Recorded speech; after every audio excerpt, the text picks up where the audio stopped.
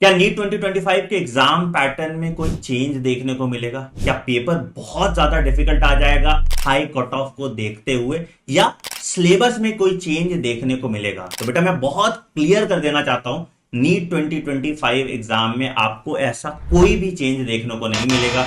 जैसे क्वेश्चंस आपने 2024 में देखे, जो सिलेबस आपने 2024 में फॉलो किया, वही सिलेबस आपको 2025 में भी फॉलो करना है। कुछ चीजों का बस आपको ध्यान रखना है। पहला, कि पेपर एनसीईआरटी से ही आएगा।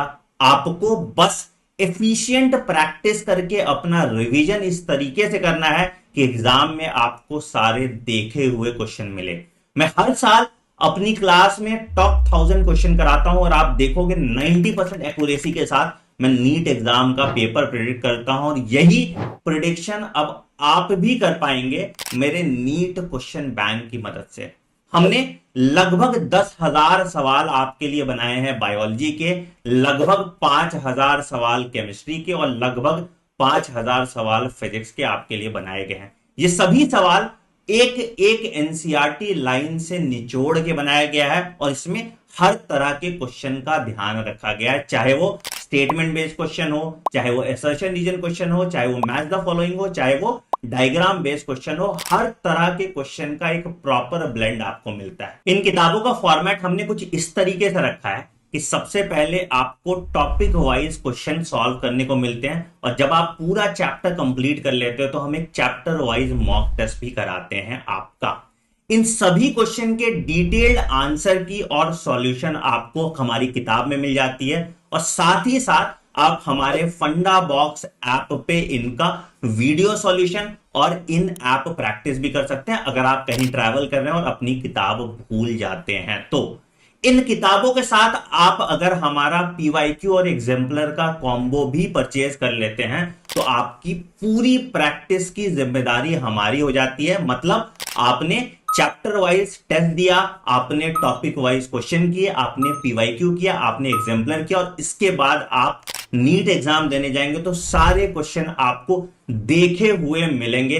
ये एफिशिएंट क्वेश्चन सीरीज हमने आपके लिए बनाई है ताकि आपका टाइम वेस्ट ना हो इररिलेवेंट सवाल करने में, और एग्जैक्टली जहां से पेपर बन सकता है उन सभी टॉपिक को कवर करके एक कैप्सूल के फॉर्म में एक प्रैक्टिस क्वेश्चन सेट आपके लिए बनाया गया है। तो फटाफट नीचे दिए गए लिंक पे क्लिक कीजिए और आज ही इस बुक की मदद से अपनी नीट 2025 की जर्नी में चार चांद लगा लीजिए। All the best. Let us start with the mechanical properties of solid. First is introduction. Topic wise multiple choice question. Elastic behavior of solids. पहला है after effects of elasticity are maximum for glass, quartz, rubber या metal. देखिए glass के लिए सबसे ज़्यादा होता है other than that. ठीक है, मतलब अगर सबसे कंपेयर करा जाए तो जो ग्लास है उसके लिए क्या होता है, सबसे ज़्यादा होता है। Next question, which one of the following substance has the highest elasticity. सबसे ज्यादा इलास्टिक कौन सा इसमें से सब्सटेंस होगा, स्पॉन्ज, रबर, कॉपर या स्टील। स्टील सबसे ज्यादा इलास्टिक होगा। In solid interior atomic forces are totally repulsive, attractive, combination of A and B या फिर नन ऑफ द अबव।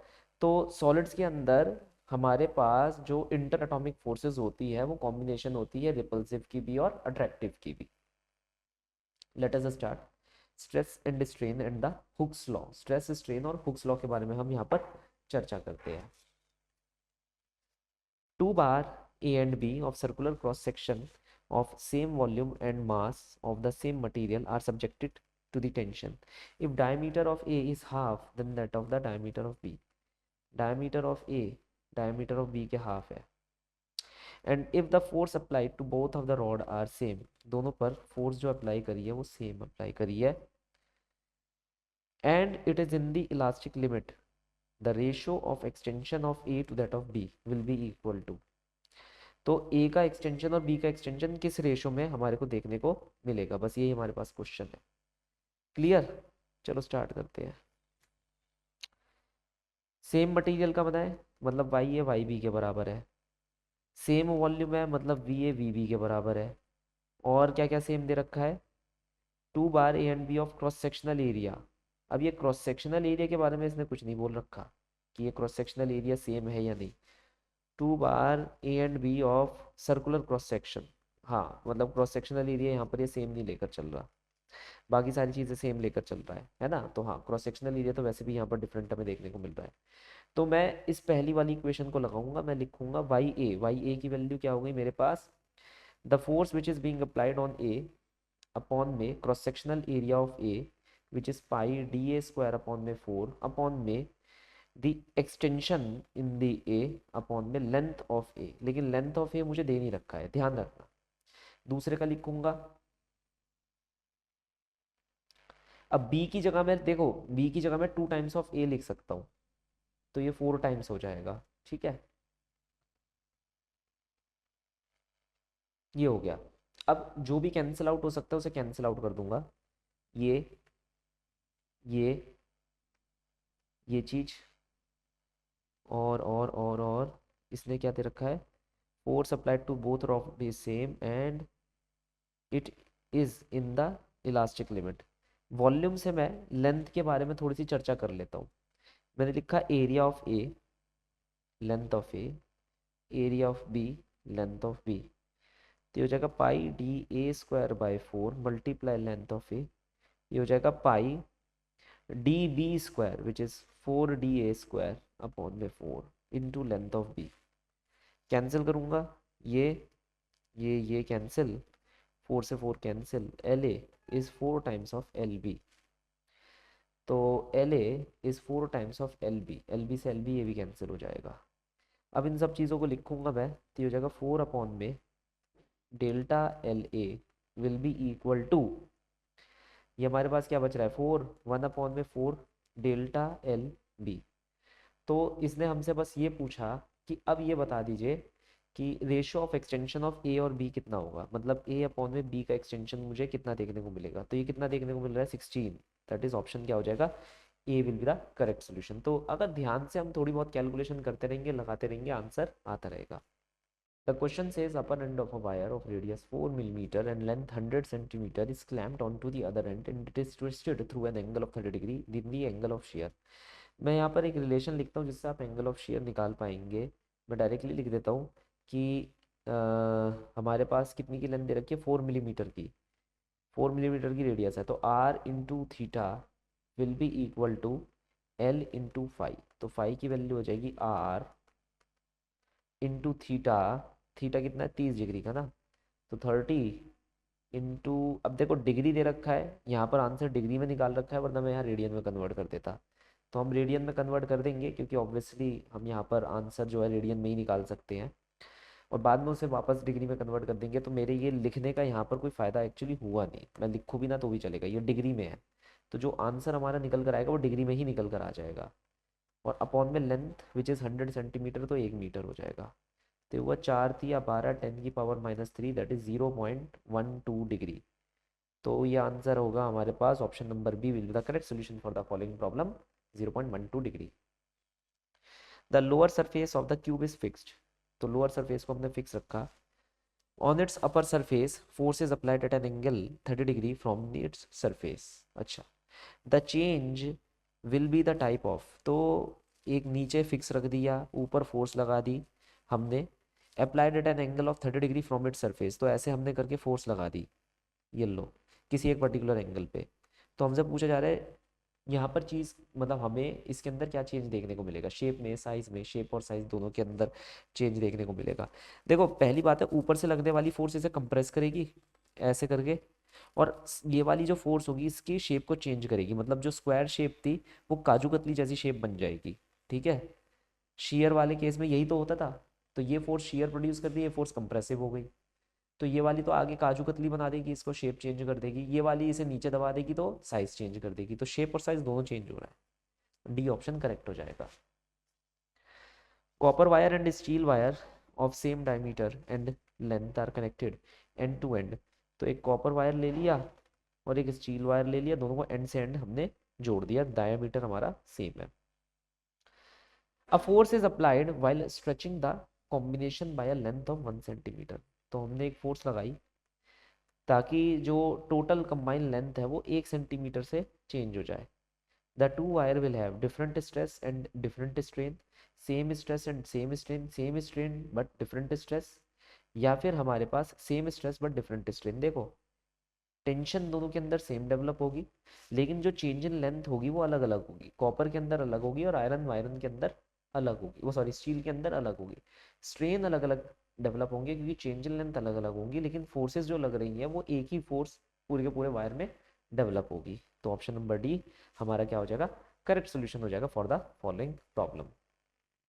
अब ये क्वेश्चन हमसे क्या कह रहा है, सॉरी ये वाला क्वेश्चन हमसे क्या कह रहा है, cube of aluminium of side 0.1 meter is subjected to a shearing force of 100 Newton. तो एक क्यूब है जिसकी साइड हमें दे दी 0.1, शेयरिंग फोर्स लगाई 100 Newton. The top face of the cube is displace, जो ऊपर वाला फेस है, मैं यहाँ पर डायग्राम बना देता हूँ। तो ये हमारे पास क्यूब है, ठीक है। हमें बस ये पता चला जो ऊपर वाला फेस है उसे हमने डिस्प्लेस कर दिया कुछ ऐसे।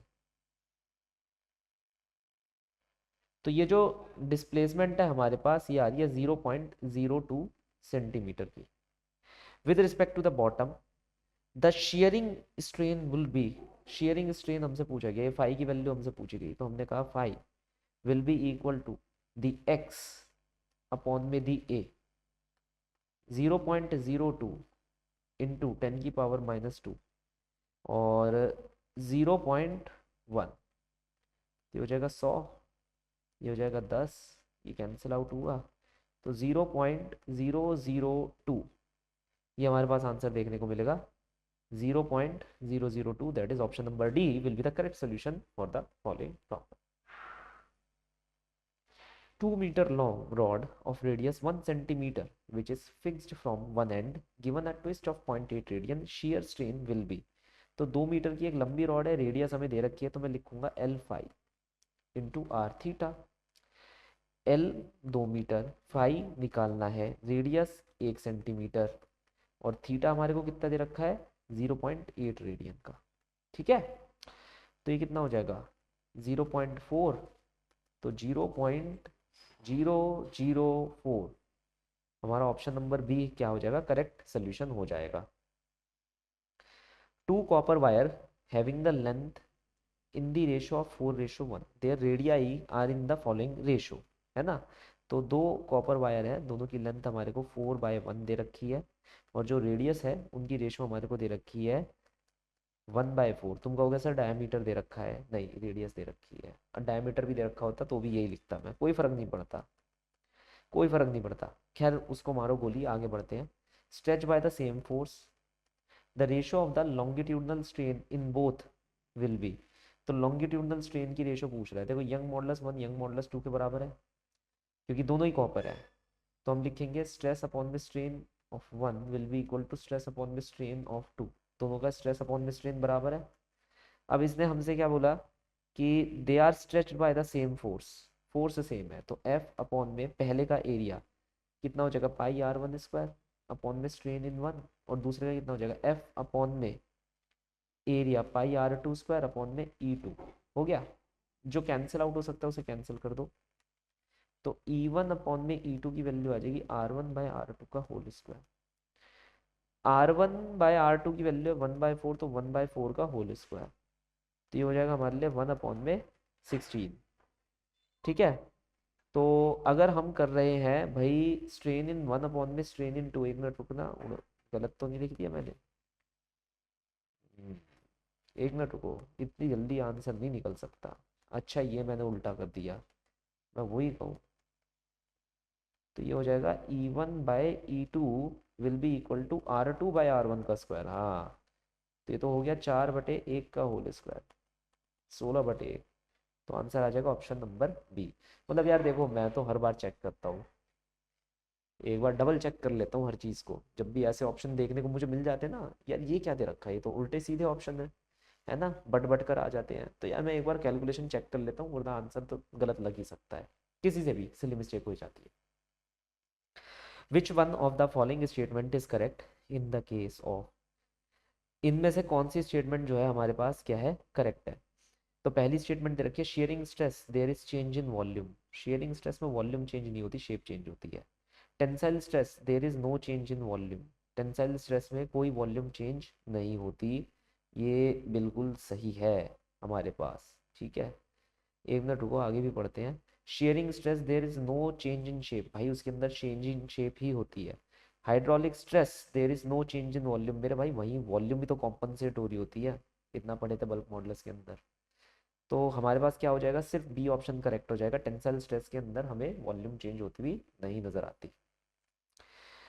The increase in the length L of a wire of length L, the increase in the length is L, तो हमारे पास change in length small L है, वायर की जो लेंथ है वो कैपिटल एल दे रखी है। By the longitudinal stress, the stress is proportional to, तो स्ट्रेस किसके प्रोपोर्शनल है, स्ट्रेस स्ट्रेन के प्रोपोर्शनल होता है। तो स्ट्रेन जो होता है वो होता है चेंज इन लेंथ अपॉन में टोटल लेंथ।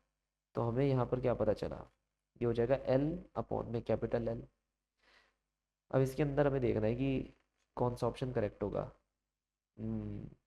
देखो, अच्छा अच्छा, ये लिख तो रखा है, ऑप्शन नंबर बी हमारा करेक्ट हो जाएगा, दे तो रखा है, मुझे वन वन दिखाई दे रहा था, ये स्मॉल मतलब ये देख रहे हो, ये वन, ये स्मॉल एल होगा, ये वाला स्मॉल एल, ठीक है, स्मॉल एल।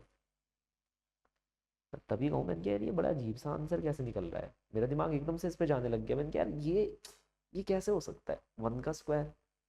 फिर ध्यान आया, मैंने कहा भाई ये तो फॉन्ट ऐसा है यार का। तो हमारा ऑप्शन क्या हो जाएगा, B.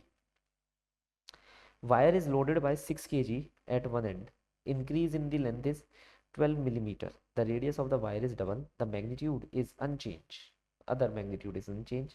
Then the increase in length will be equal to. देखो, हम यहाँ पर डायरेक्टली कह सकते हैं भाई, हमारे पास एक वायर है, एक पर्टिकुलर वेट हमने यहाँ पर रख दिया और इंक्रीमेंट आई लेंथ की हमारे पास 12 मिलीमीटर की, ये आ गई। रेडियस ऑफ वायर को हमने सिर्फ और सिर्फ डबल कर दिया, बाकी सारी चीज़ों में हमने कोई छेड़खानी नहीं करी।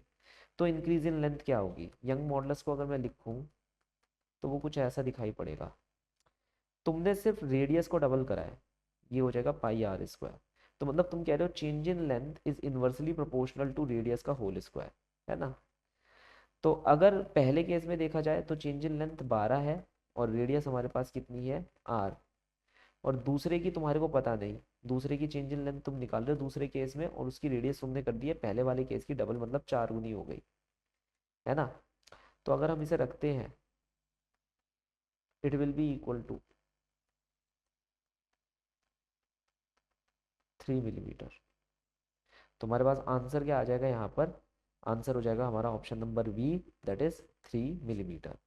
तो बस तुम्हें यहाँ पर ये देख लेना है कि जो डेल्टा एल है, बाकी सारी चीज़ें तो कांस्टेंट है, ये चेंज नहीं होगा, ये चेंज नहीं होगा, ये चेंज नहीं होगा, ये चेंज नहीं होगा, ये रेडियस के ऊपर कैसे वेरी कर रही है, and boom you will get this particular answer for the following problem. Okay,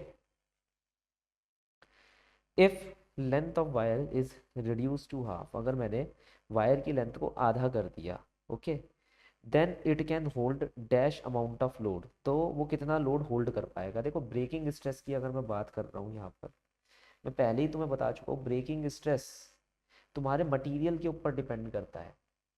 तो यार तुम चाहे उसकी ज्योमेट्री के साथ कुछ भी करते रहो, कोई फर्क नहीं पड़ने वाला, वो सेम ही रहेगा। तो आंसर हमारे पास क्या हो जाएगा, बी। ठीक है, तुम्हारा जो ब्रेकिंग स्ट्रेस है उसे कोई फर्क नहीं पड़ने वाला, तुम उसकी लेंथ को रिड्यूस कर दो, कोई कोई इसमें कोई इशू नहीं होने वाला उस चीज़ को। क्योंकि यार जैसे मान लो मेरे पास लोहा है, अब लोहा आड़ा टेढ़ा है, मैं उस पर स्ट्रेस लगा रहा हूँ, उसे तोड़ दिया, अब उसकी बार बना दी, मैं उस पर स्ट्रेस लगा रहा हूँ, तोड़ दिया। मैं इतना सारा लोहा लेकर आ गया, इतना बड़ा लोहे का बार मतलब बॉल लेकर आ गया, मैंने उतना ही स्ट्रेस लगाया, वो तब भी टूटेगा। तो जो ब्रेकिंग स्ट्रेस होता है वो एक तरीके से मटेरियल की प्रॉपर्टी होती है, ठीक है। फिर हम आगे बढ़ते हैं, ये एक काम करो, रुको, पहले लिख दूँ यहाँ पर, तुम लोग याद ही नहीं रखोगे। ये टेम्परेचर पर डिपेंड करती है, दूसरी चीज़ ये इम्प्योरिटी पर हद से हद डिपेंड कर सकती है, और खुद मटेरियल के नेचर पर डिपेंड करती है, इसे ध्यान में रखना। तुम लोग लकीर के फ़कीर हो तो तुम्हें पहले लिख कर ही देना पड़ेगा, अब लिख लो इस चीज़ को, फिर रोते रहोगे और ये सब चीज़ें करते रहोगे। दूसरी चीज़ लिखो, ये किस पर इंडिपेंडेंट होती है, ये ना लेंथ पे डिपेंड करती, ना एरिया ऑफ क्रॉस सेक्शन पर, ना ही अप्लाइड फोर्स पे, ये इंडिपेंडेंट होती है इसके। ठीक है सर, प्लीज़ लिख लीजिए। There are two wire of same length, diameter of second wire is twice of the first wire, On applying the same load, both wire, the extension produced in them will be in the ratio of, तो extension जो होती है वो radius के square के inversely proportional होती है। तो अगर मैं पहले वाले की एक्सटेंशन देखूं तो वो कितनी हो जाएगी, 1/d1 स्क्वायर, और दूसरे वाले की एक्सटेंशन देखूं तो वो 1/d2 square, that is 4d1 square, है ना। इन दोनों को हम डिवाइड कर देंगे तो डेल्टा L1 अपॉन में delta L2 will be equal to 4:1। तो हम यहाँ पर क्या आंसर लिखेंगे कि भाई इस केस के अंदर अगर हम डेल्टा L1/डेल्टा L2 निकाल रहे हैं तो वो आंसर कितना आ रहा है, 4:1। That is, this is the particular answer for the following problem. Okay, अब सेशन में आगे बढ़ने से पहले भाई पानी P low, hydration is very much important. मैंने भी पानी पी लिया, जल्दबाजी में पी लिया धसका आ गया बुरे वाला। आराम से पीना तुम लोग पानी। Sharing stress causes the change in, sharing stress किस में चेंज करता है, सिर्फ शेप में। ये मत कर देना, वॉल्यूम नहीं होना चाहिए, वॉल्यूम मत करना, मैंने थ्योरी में भी लिखवा रखा है, सिर्फ शेप में। ओके, एक interesting question, the graph shown the behaviour of a length of the wire in the region for which the substance obeys Hooke law P and Q will be. तुम्हें याद है पोटेंशियल एनर्जी क्या होती है, तो तुम कहोगे हाँ सर, हाफ के एक्स स्क्वायर स्प्रिंग के अंदर। मैं कहूँगा यार हाफ की एक्स स्क्वायर तो हमने यहाँ पर भी निकाला था, मतलब पोटेंशियल एनर्जी जो होती है वो एक्स स्क्वायर के प्रोपोर्शनल होती है। तो तुम कहोगे हाँ सर, तो उससे क्या फ़र्क पड़ रहा है। मैं कहूँगा उसी से तो फ़र्क पड़ रहा है, तुम्हें नहीं लगता यार ये पैराबोलिक कर्व है। तुम कहोगे हाँ सर, ये तो लग ही रहा है ये पैराबोलिक कर्व है। अब इसके अंदर हमें देखना है जो हमारे पास u है और जो हमारे पास x है वो क्या है। देखो x जो है हमारे पास, चाहे वो नेगेटिव हो या फिर वो पॉजिटिव हो, हमें कोई फर्क नहीं पड़ता, u की वैल्यू हमारे पास हमेशा पॉजिटिव आएगी। मतलब ये जो होगा हमारे पास, ये u होगा, और ये जो होगा हमारे पास ये x होगा। क्लियर। अगर पैराबोलिक कर्व की प्रॉपर्टी के हिसाब से हम देखें, x की तो देखो कुछ भी वैल्यू लगा सकते हो, चाहे मैं नेगेटिव लगाऊं या पॉजिटिव लगाऊं, q की हमेशा वैल्यू, मतलब u की हमेशा वैल्यू पॉजिटिव आएगी।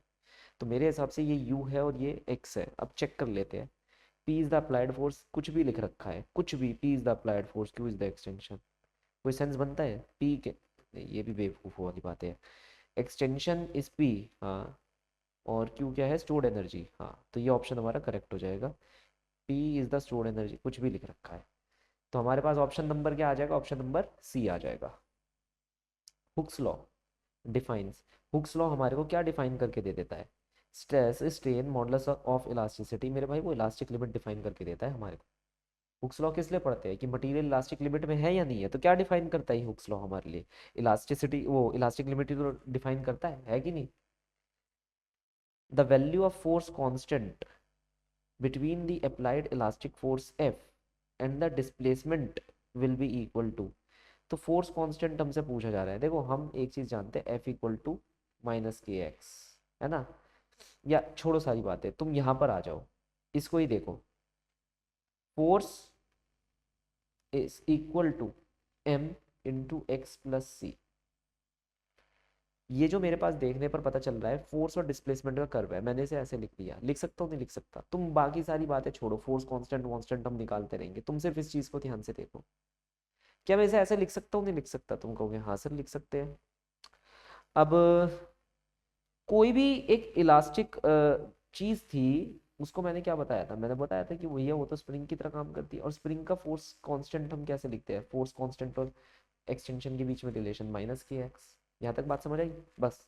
अब एक चीज देखना, ये m क्या होता है, स्लोप, तो तुम यहाँ से अगर एंगल लोगे तो कितने डिग्री का एंगल आ जाएगा, 150। तो ये जो स्लोप है ये आ जाएगा tan ऑफ 150 डिग्री। अब tan ऑफ 150 डिग्री हमारे पास क्या हो जाता है, tan of 180 degree minus 30 degree, that is minus tan of 30 degree. और माइनस tan ऑफ 30 डिग्री कितना होता है, -1/√3। अब इन दोनों को कंपेयर करो जरा, तो k की वैल्यू कितनी आ जाएगी, -k will be equal to -1/√3। यहाँ से ये हमने हटाया तो k की वैल्यू कितनी आ गई, 1/√3, that is option number B will be the correct solution for the following problem. थोड़ा सा कंसेप्ट हमने लगाया चैप्टर में से और आंसर आ गया। The extension in the string obeying Hook law is x. Speed of sound in the stretch string is v. ये है ना question. If the extension in the string is increased to 1.5x, then the speed of sound will be. एक बात बताओ, ये formula हमें पता है भैया, ये फॉर्मूला पता है, speed of the wave in a stretch string tension upon में mu, where mu is mass per unit length, ये तो चेंज नहीं होगा, मतलब ये इस पर डिपेंड करती है टेंशन पर।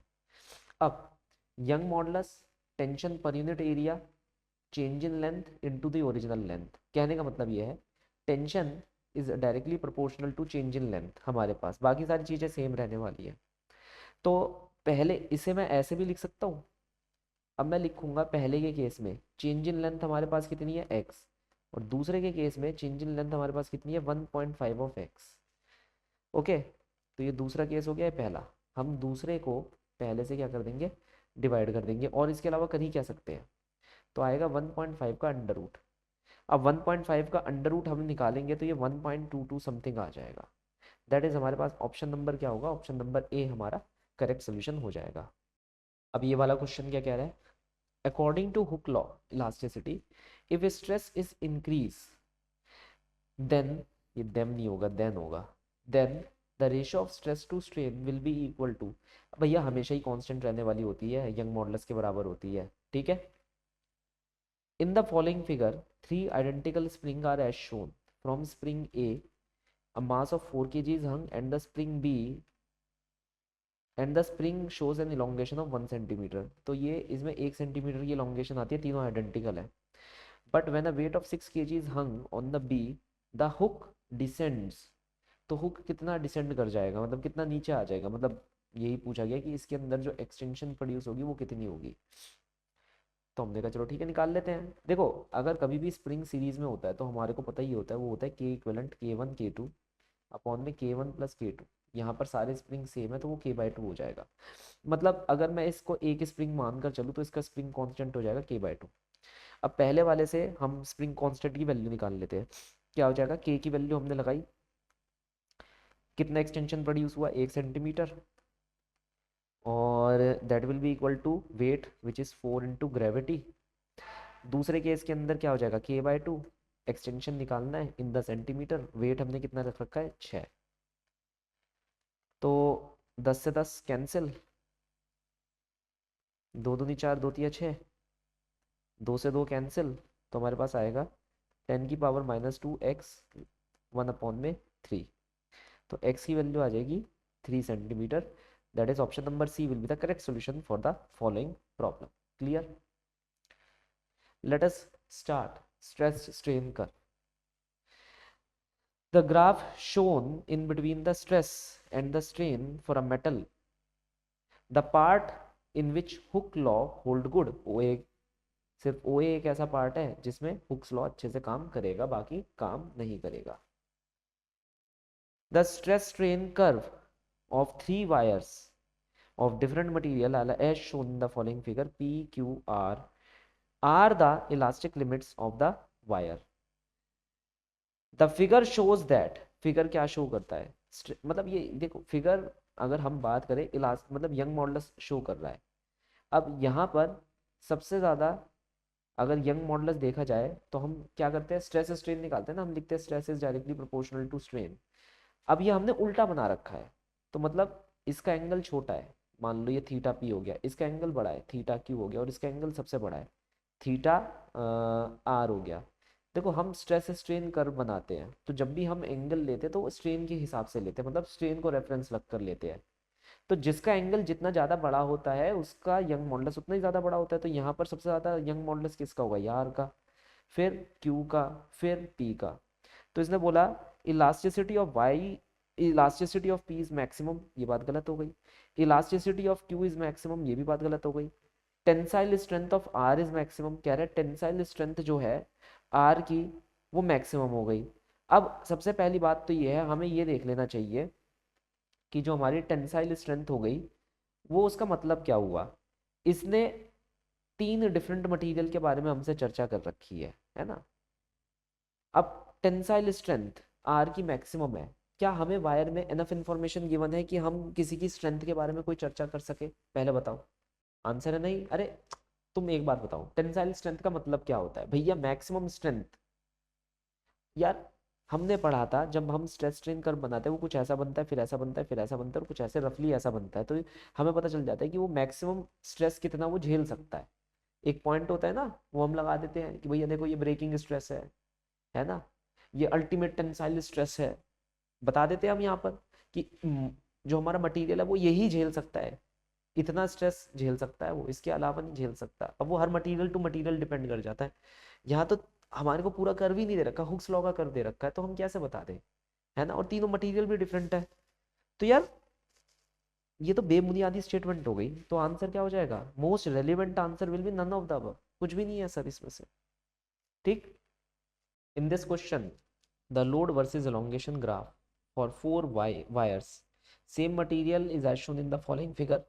The thickest wire is represented by, load versus elongation का कर्व हमारे को बना रखा है, मतलब F वर्सेस L का।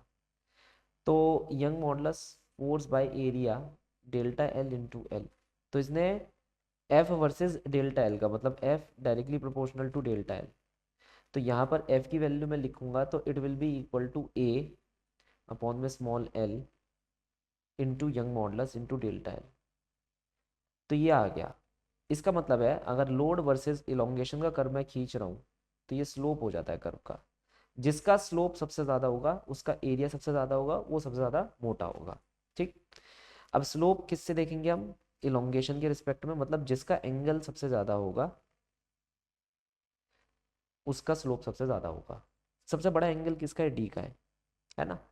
तो हम क्या बोलेंगे भाई, स्लोप किसका सबसे ज़्यादा है, डी का हाईएस्ट स्लोप है, मतलब उसका ही एरिया हाईएस्ट होगा मोस्ट प्रोबेबली, और उसकी ही हम ये मानकर चल रहे हैं कि रेडियस सबसे ज़्यादा हाई होगी। तो आंसर कितना आ जाएगा हमारा, ओडी।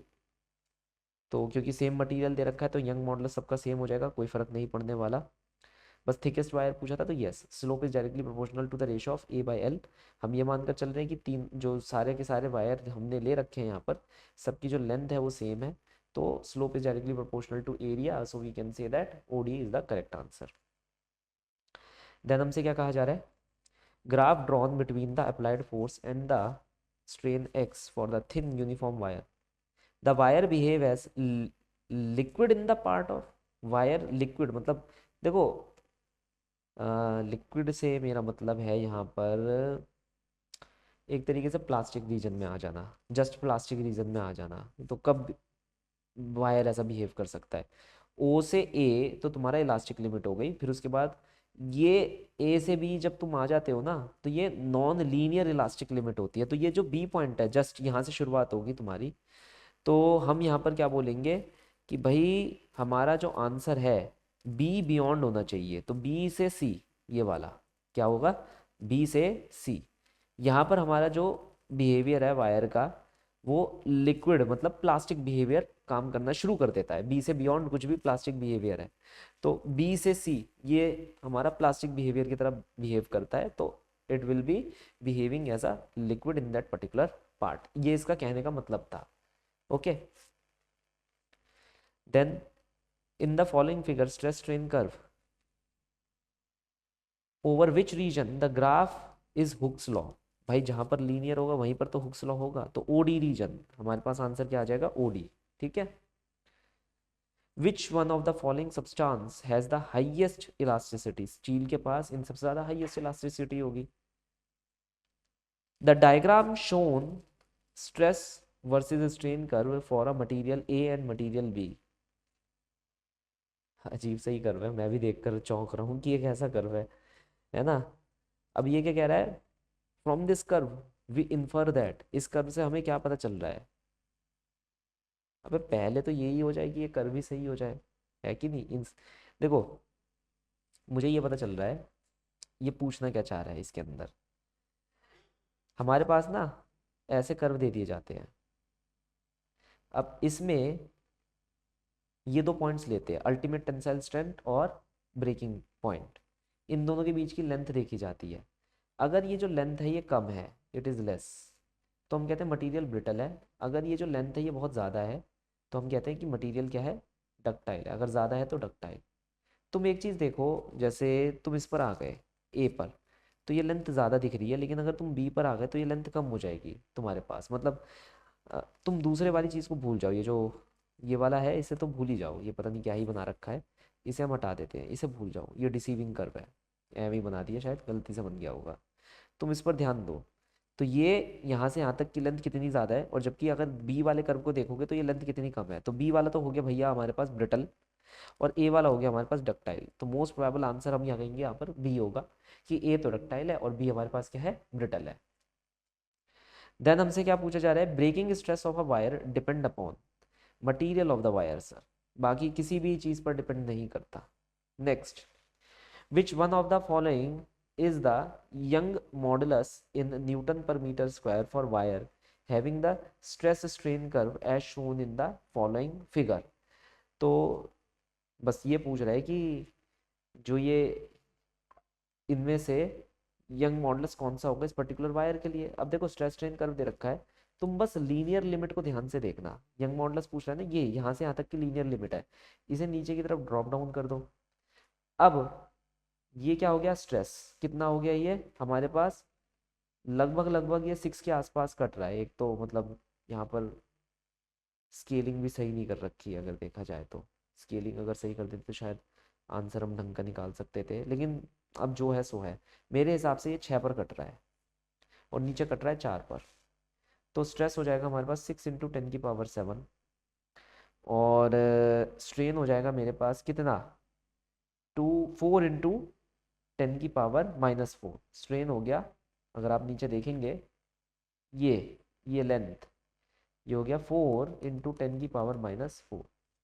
तो यंग मॉडुलस स्ट्रेस अपॉन में स्ट्रेन है, लिख देते हैं, बाकी जो आंसर आएगा देखा जाएगा। तो ये 7×4 = 11, और ये हो गया 3/2, दैट इज 1.5 के आसपास, 1.5 10⁻11, 1.5 10⁻11। मतलब अगर हमें यहाँ आंसर लिखना भी हुआ तो हम कौन सा आंसर लिखेंगे, क्योंकि कोई भी आंसर यहाँ पर मुझे सही नहीं दिखाई दे रहा है कि नहीं, कोई भी आंसर सही नहीं है। लगभग लगभग 2 के आसपास का आंसर देखने को मिल रहा है, मतलब इसे भी हमें सही करना पड़ेगा।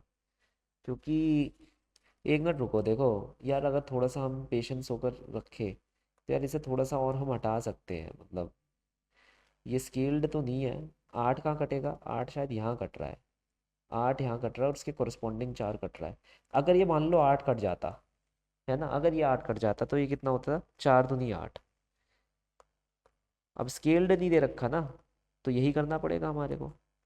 तो ये इसलिए ऑप्शन नंबर डी हो जाएगा। हो सकता है कि मैंने गलत काटने की कोशिश करी हो, लेकिन अगर मैं सीधी लाइन में इसे काटता तो यही कट कर आता मेरे पास। ये एक लाइन जाती है ऐसे, ये देखो, ये एक लाइन जाती है ऐसे रफली, यही ट्रायंगल बन रहा है। यहाँ से यहाँ तक की लेंथ हमारे पास 8 का फैक्टर आ जाता, 8 × 10⁻⁷, ये स्ट्रेस हो जाता, और ये नीचे वाली लेंथ क्या हो जाती, स्ट्रेन हो जाती, कितनी हो जाती, 4 × 10⁻⁴। तो हो गया, ठीक है, it's all good, it's all good. वैसे तो हम कहीं का भी ले सकते थे, जैसे मान लो यहाँ का ले लेते, लेकिन फिर भी हमारे को पता नहीं चलता। 4 और 2 का ले लेते, हाँ ये भी कर सकते थे, 4 और 2 का लेते तो भी सेम निकल कर आ जाता।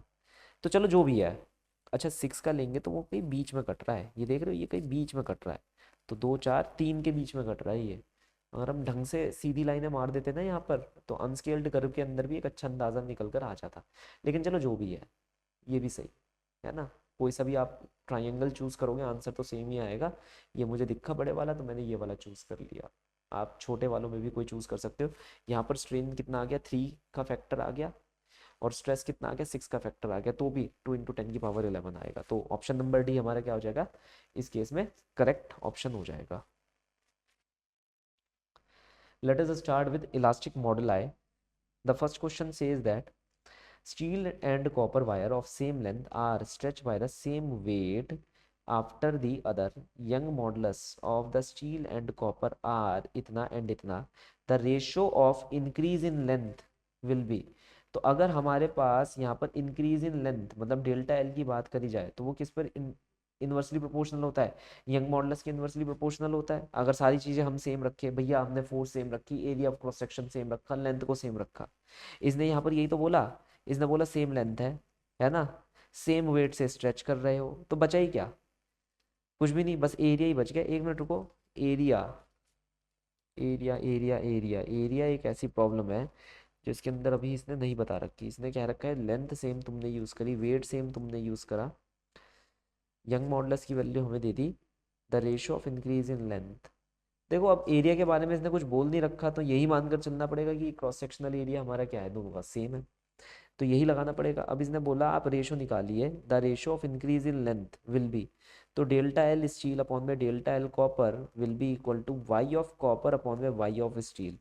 वाई ऑफ कॉपर हमारे पास है 1.2 10 की power 11 and Y of steel है 2 इंटू 10 की पावर 11, तो ये आएगा 0.6, दैट इज 6 अपॉन में 10, दैट इज 3 अपॉन में 5। तो ये ऑप्शन नंबर क्या हो जाएगा, ऑप्शन नंबर बी हमारे पास करेक्ट सोल्यूशन हो जाएगा इस पर्टिकुलर प्रॉब्लम का। ठीक, the question says a spherical ball contract with the volume by 0.01%, तो चेंज इन वॉल्यूम हमारे पास आ रहा है -0.01 अपॉन में 100।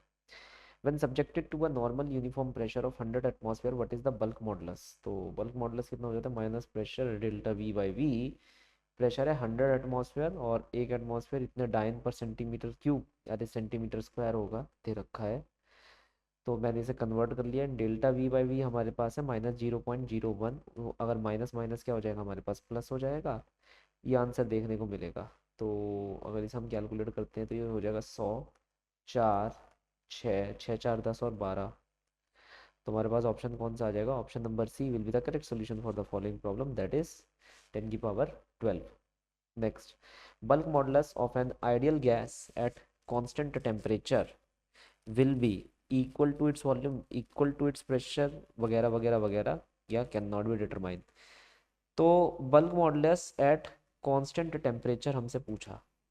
देखो कांस्टेंट टेम्परेचर मतलब पीवी कांस्टेंट, तो P D V plus V D P equal to 0, तो हमने लिखा P D V minus V D P, तो हमने लिखा यहाँ पर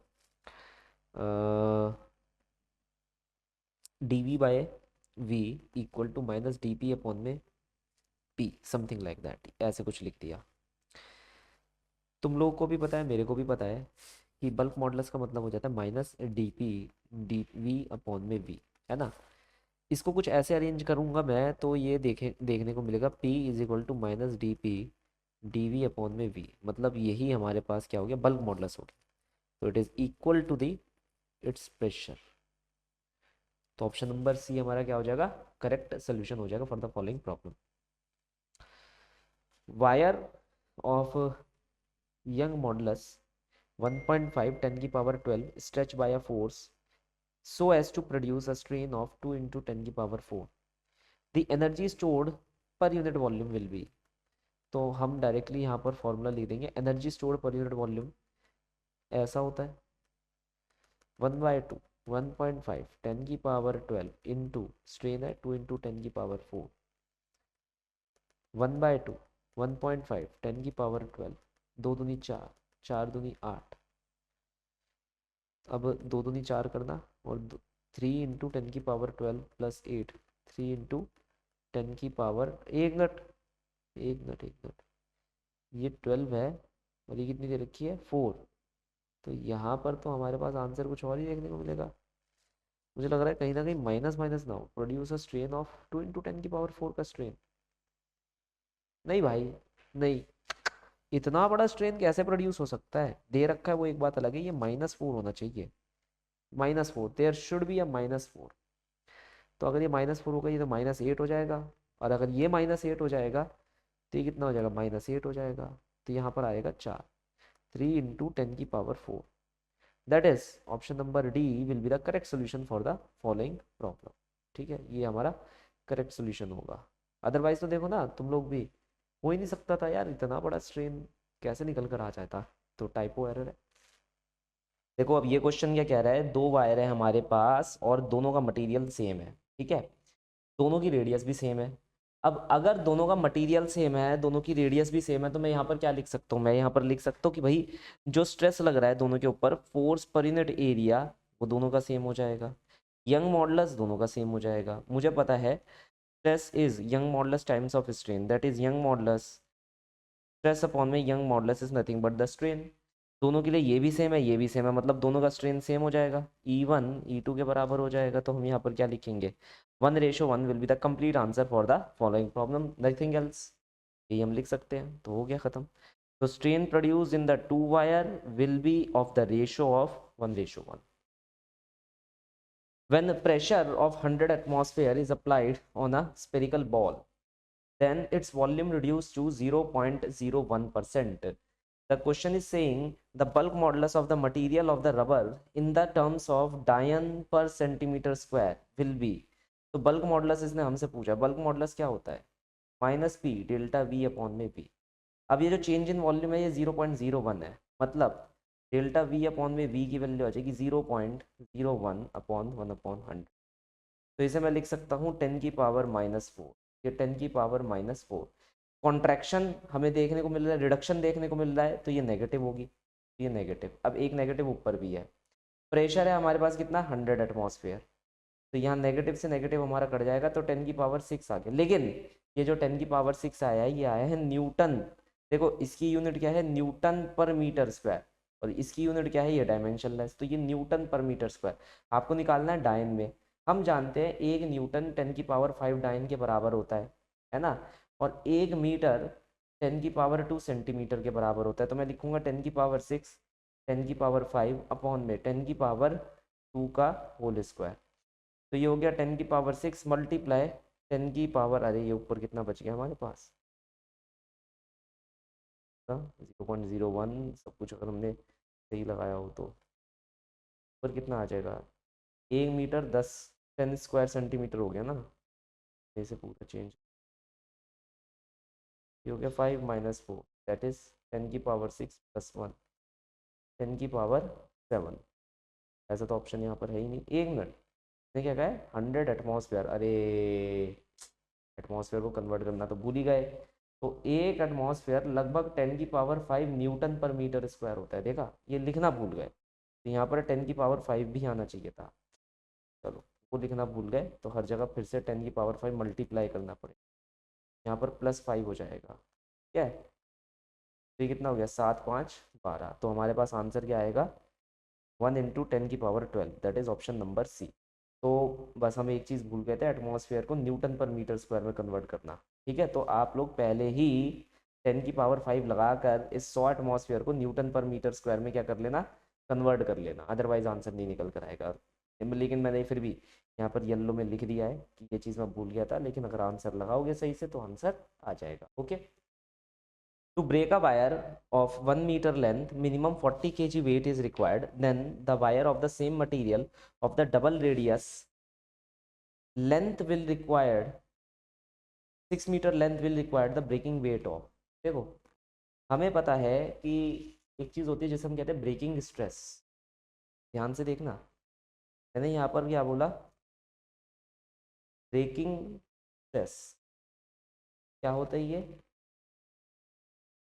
breaking force per unit area. ये चीज़ देख रहे हो, ये फिक्स रहती है, ये चेंज नहीं होगी। ये किस पर डिपेंड कर जाती है, मैंने पहले ही बताया है कि मटेरियल पर डिपेंड करती है, ये इम्प्योरिटी पर डिपेंड करती है, ये टेम्परेचर पर डिपेंड करती है, इन 3 चीज़ों पर डिपेंड करती है। किस पर डिपेंड नहीं करती है, ये एरिया पर डिपेंड नहीं करती है, ये लेंथ पे डिपेंड नहीं करती है, किसी भी चीज़ पे डिपेंड नहीं करती। तो तुम कहोगे फिर फॉर्मूला क्यों लिखा तुमने? फॉर्मूला इसलिए लिखा क्योंकि यहाँ पर मैं ब्रेकिंग फोर्स के बारे में बता रहा हूँ। Breaking force is breaking stress multiply area, मतलब breaking force is directly proportional to radius का स्क्वायर।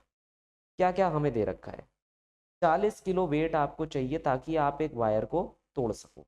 1 मीटर लंबा वो वायर है हमारे पास, तो हमारे पास एक सेम वायर है जिसकी जो रेडियस है वो डबल है, लिख रखा है, और 6 मीटर लेंथ का है। तो मैं ये बोलूँगा कि जो नए केस में जो ब्रेकिंग हमारी फोर्स निकल कर आएगी, that will be equal to 2 times of R के होल स्क्वायर के प्रोपोर्शनल, और इनिशियल वाली जो पहला केस था वो आर के स्क्वायर के प्रोपोर्शनल होगी। हम यहाँ पर अगर इन दोनों को डिवाइड कर देते हैं, लेट इट बी एक्स, तो मैं लिखूंगा एक्स अपॉन में 1 विल बी इक्वल टू 4। अच्छा, इसकी वैल्यू मैंने गलती से 1 लिख दी, इसकी वैल्यू हमारे को दे रखी है 40 kg वेट, तो एक्स की वैल्यू मेरे पास कितनी आ जाएगी, 160 kg वेट, मतलब इतना होना चाहिए, तभी हमारा वायर टूटेगा, okay. Young modulus of the following material, Young modulus of the material of a wire is equal to the, Young modulus किसके बराबर हो जाता है, देखो यंग मॉडुलस हमने यही पढ़ा था, it is the proportionality constant in the stress strain curve, that is it is the ratio of stress upon में स्ट्रेन। अब इसमें ऑप्शन दे रखे हैं, stress required to increase the length 4 times, stress required to produce a unit strain, strain produced unit half of the strain. सारी की सारी definition गलत है। तुम्हें खुद नहीं लगता इतना स्ट्रेस क्रिएट कर दो ताकि स्ट्रेन, मतलब एक यूनिट स्ट्रेन क्रिएट हो पाए, बस बात खत्म। तो यार stress required to produce a unit strain, बाकी तो सारी बोगस है। Half strain produce unit, half क्या, हाफ पौना, ये क्या चल रहा है, क्या मतलब, क्या कहीं पर ये पुड़ियों में मिल रहा है क्या, मतलब आधा पौना स्ट्रेन क्रिएट कर दो चलेगा, कोई फर्क नहीं पड़ता, थोड़ा बहुत तो चलता ही है। ये थोड़ी ना होती है डेफिनेशंस। क्या होता है, क्या बताया था, स्ट्रेस जो कि क्या प्रोड्यूस कर रहा है, स्ट्रेन। एक यूनिट स्ट्रेस क्या प्रोड्यूस कर रहा है, एक यूनिट स्ट्रेन, बस बात खत्म। When a certain weight is suspended from a long uniform wire, its length increases by 1 centimeter। तो हमें पहला दे रखा है, एक मान लो वेट हमने मतलब सस्पेंड करा, तो जो इंक्रीमेंट इन लेंथ आई हमारे पास कितनी हो रही है, 1 centimetre. The same weight is suspended from another wire, the same material. अब मान लेते हैं इसका यंग मॉडुलस वाई है, and the length but diameter half of the first one, the increase in length will be। देखो मैंने ये सारी पैरामीटर्स यहाँ पर लिख कर रख ली है, ये मेरे पहले वायर के पैरामीटर्स हैं। मैंने वेट W हैंग करा, इसके अंदर इतनी लेंथ का चेंज आया, यंग मॉडुलस, डायमीटर और लेंथ हमें दे रखी है। यही वेट मैंने दूसरे वायर से एक्सटेंड करा, हमें ये डेल्टा एल निकालना है, उसका यंग मॉडुलस वाई है, और डायमीटर कितना दे रखा है यहाँ पर, diameter is half, diameter is half, और लेंथ हमारे पास एल के बराबर है। तो हमसे पूछा गया अब बताओ डेल्टा एल की वैल्यू क्या होगी। देखा चलो यार ठीक है, यंग मॉडुलस का फॉर्मूला लिख दिया, young modulus F L upon में ए डेल्टा एल, ठीक है। अब इसके अंदर मुझे ये देखने पर पता चल रहा है क्या क्या चीज़ें सेम है। देखो फोर्स सेम लगा रहे हैं, लेंथ सेम है, बस एरिया चेंज इन लेंथ ये अलग अलग है, और यंग मॉडुलस सेम है। तो मैं ये कह सकता हूँ area multiply change in length should be equal to constant. तो अगर मैं ऐसे लिख दूं, area 1 change in length 1, area 2 change in length 2, चलेगा। एरिया 1 कितना हो जाएगा, पाई डी स्क्वायर, अब ये हो गया ऐसे, और लेंथ 1 कितनी है, 1 सेंटीमीटर। एरिया 2 कितना हो जाएगा, पाई डी बाय 2 का होल स्क्वायर अपॉन में 4, change in length into 2, change in length into 2 निकालना है। 4 से 4 कैंसिल, पाई से पाई कैंसिल, डी से डी कैंसिल, बचा क्या 4। तुम्हारे पास आंसर कितना आ जाएगा इसका, option number C, that is 4 centimetre. Next, two wire, one made of copper, another made of steel, are joined end to end. The area of the cross section of the copper is twice than that of the steel itself. They are produced under the compressive force of magnitude F, the ratio of their length such that the change in length in the both wire are same। मतलब इसके अंदर जो change in length है और इसके अंदर जो change in length in the copper is equal to change in length in the, ये दोनों के अंदर सेम है। हमें ये बताना है कि अगर दोनों को सेम सेम उसमें रखा जाता है, फोर्स के इन्फ्लुएंस में रखा जाता है, we have to find the ratio of their length. ठीक है, कोई फर्क नहीं पड़ता, यंग मॉडुलस लिखे, Young modulus of copper is equal to force upon में एरिया ऑफ कॉपर। अब एरिया ऑफ कॉपर हमें यहाँ पर से देखना पड़ेगा, area of cross section of copper is twice that of steel wire, तो मैं लिखूंगा twice that of steel multiplied by change in length in the copper which is also equal to the steel length of the copper। तो जहाँ जहाँ पर copper को मैंने लिखा है उसे बदल कर मैं स्टील लिख रहा हूँ, ठीक है, क्योंकि मैं चाहता हूँ सब कुछ एक ही हिसाब से चले। तो कॉपर को मैंने स्टील में कन्वर्ट कर दिया, कॉपर की चेंज इन लेंथ स्टील के बराबर है, कॉपर का जो एरिया है वो 2 गुना स्टील के बराबर है। अब स्टील का लिख लेंगे, फोर्स सेम है, area of steel multiply length of the steel upon में change in length of the steel, दोनों को डिवाइड कर दिया सर, जो कैंसिल आउट हो सकता था उसे कैंसिल आउट कर दिया सर, फोर्स से फोर्स सर, एरिया से area sir, length of steel से लेंथ ऑफ स्टील।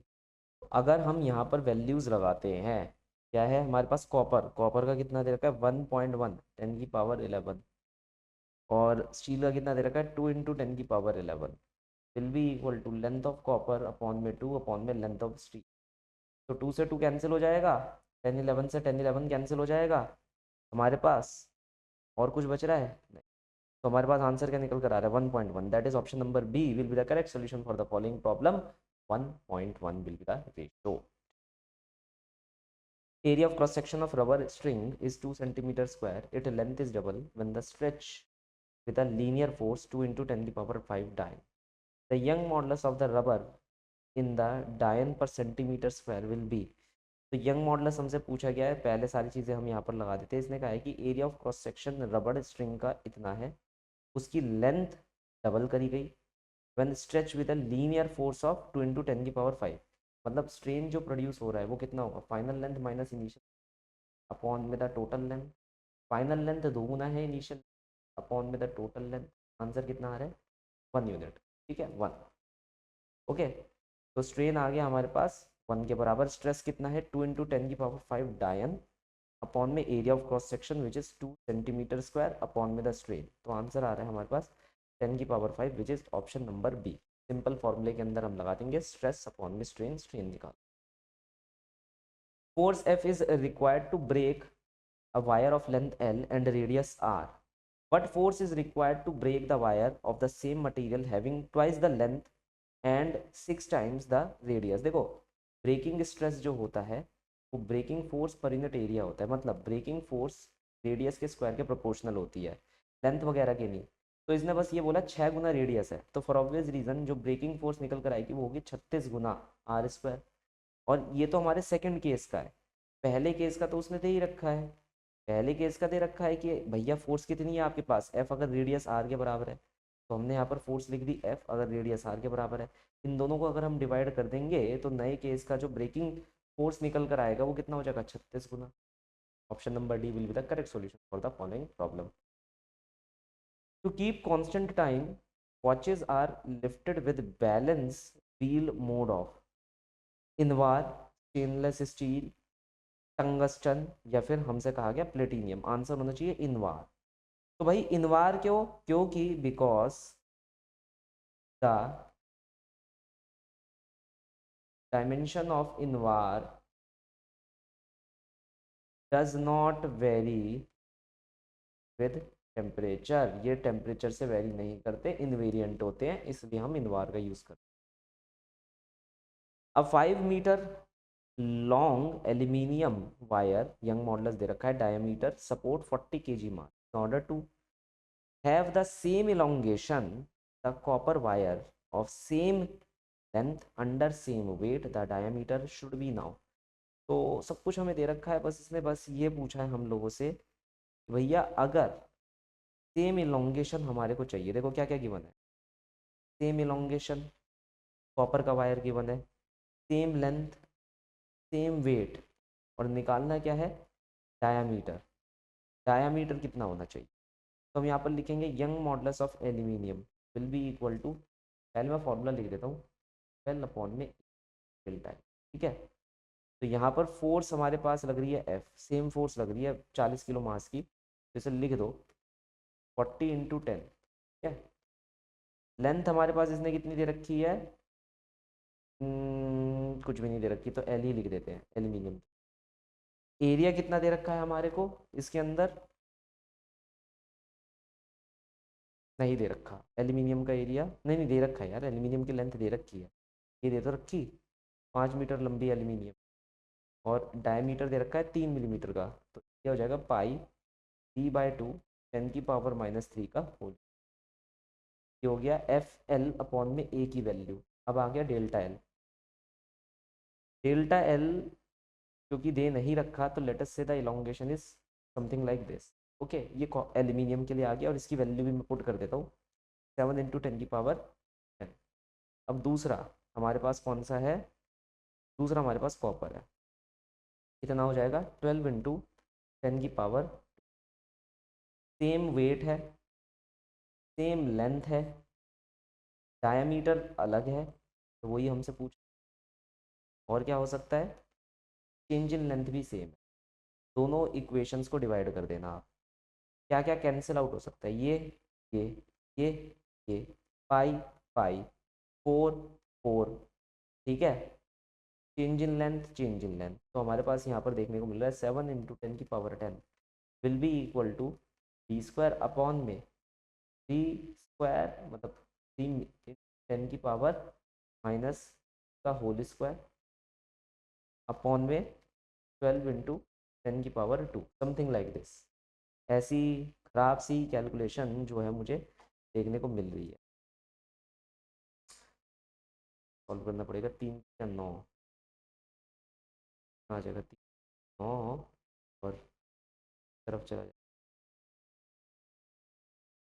और देखता हूँ और कुछ आ सकता हूँ। डायमीटर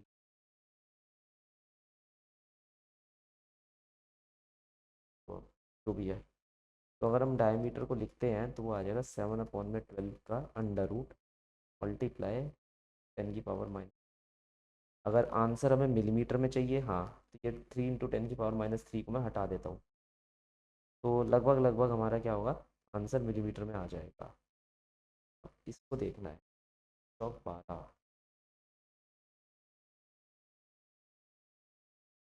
आती है, किसका अंडर रूट बटे 2, किसका अंडर रूट बटे आसपास कौन सा 2 हो जाएगा, 2 को ए अपॉन में 2 नहीं, इस है ना,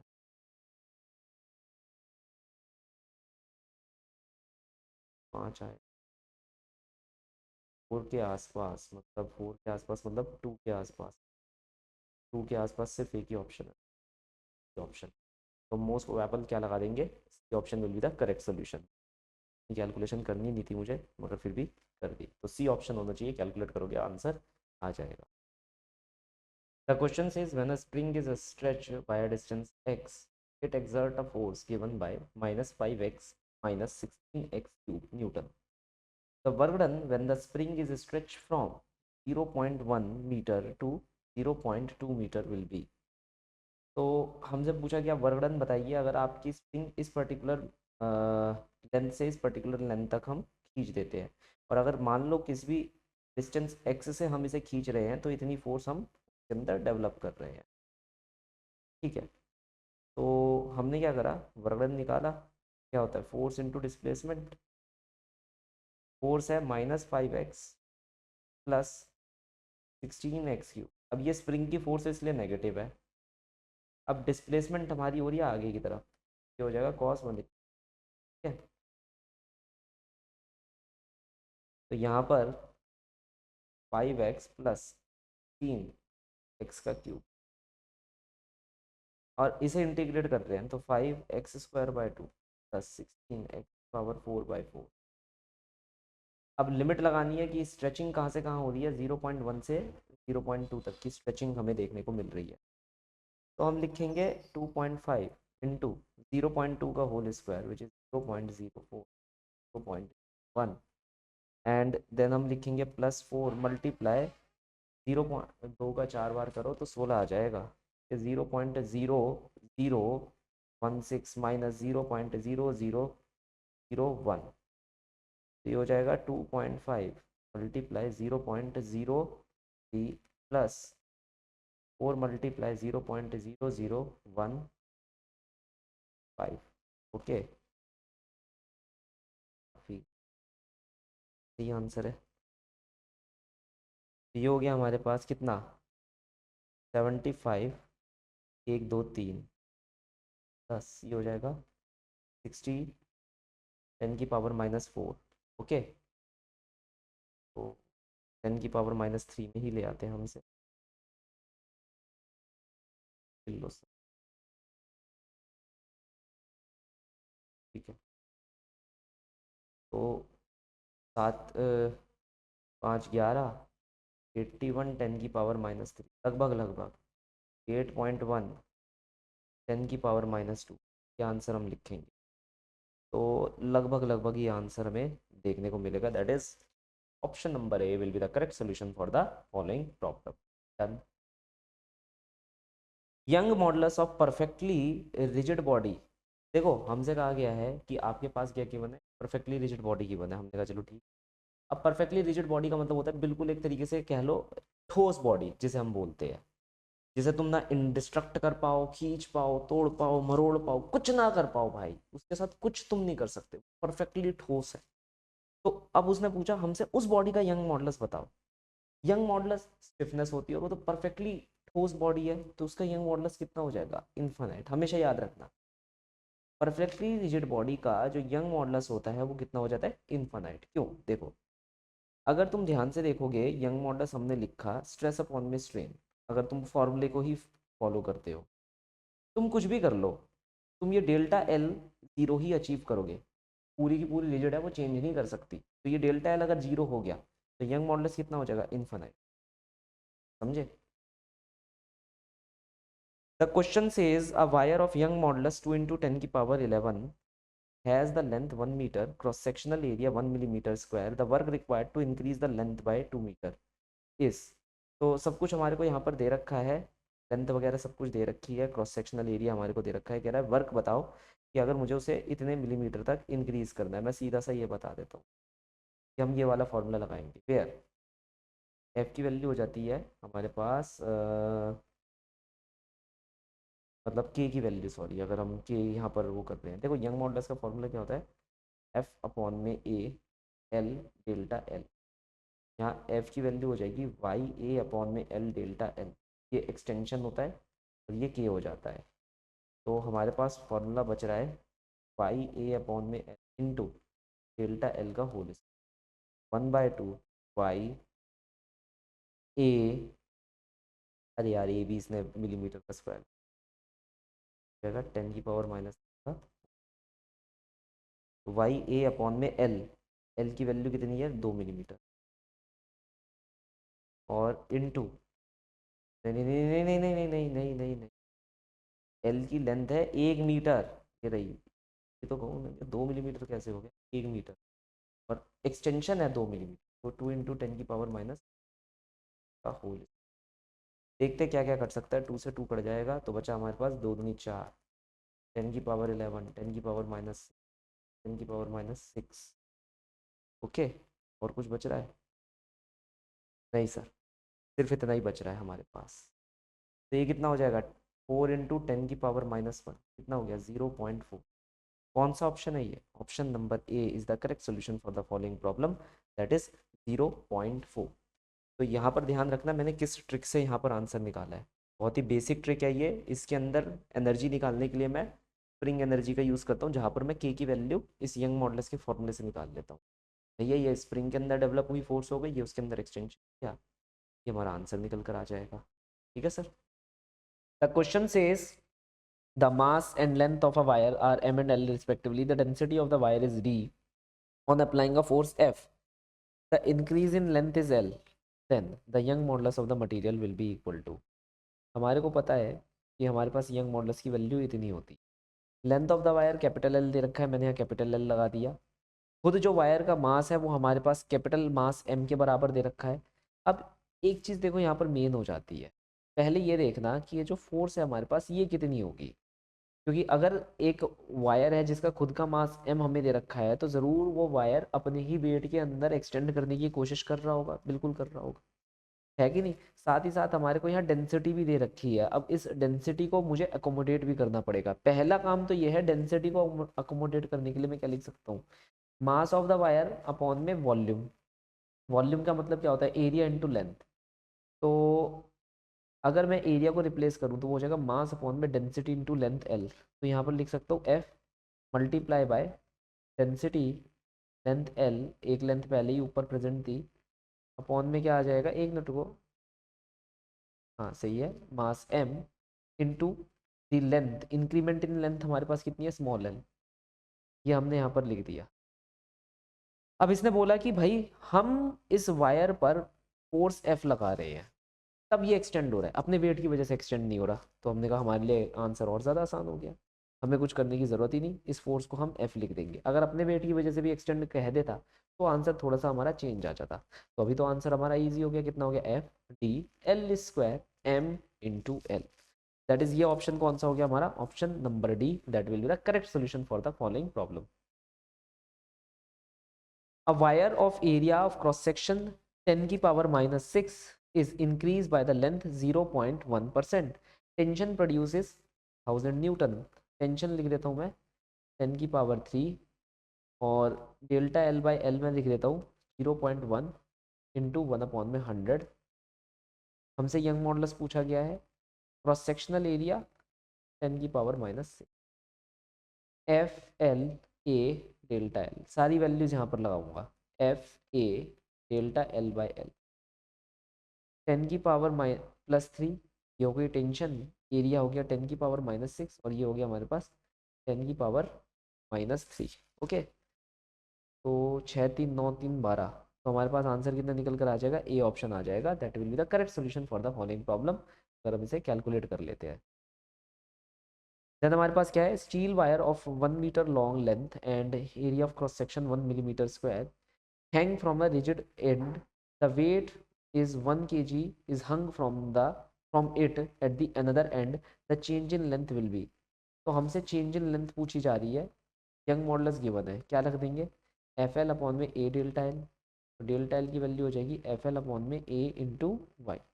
सारी वैल्यूज हम यहाँ पर लगा देंगे. एफ की वैल्यू हमारे पास कितनी है? इसने कहा कि 1 किलो का वेट टंगा हुआ है, तो 1 इंटू 10. खुद की लेंथ इसके पास कितनी है? 1 मीटर.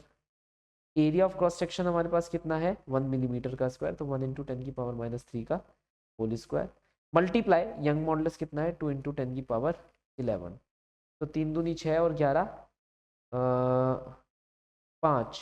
5 ऊपर गया, 1 मिनट रुकना, और 0.5 10 की पावर -4. नहीं, तो दो ऑप्शन एक जैसे दे रखे हैं. अच्छा, ये टाइपो एरर हो सकता है. ठीक है, देखो मेरा आंसर आ रहा है 10/2, ये 5 हो जाएगा.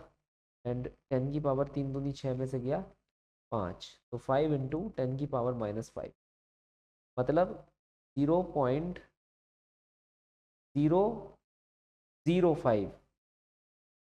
0.05 10 की पावर -3, इतने मीटर का आंसर आ रहा है मेरे.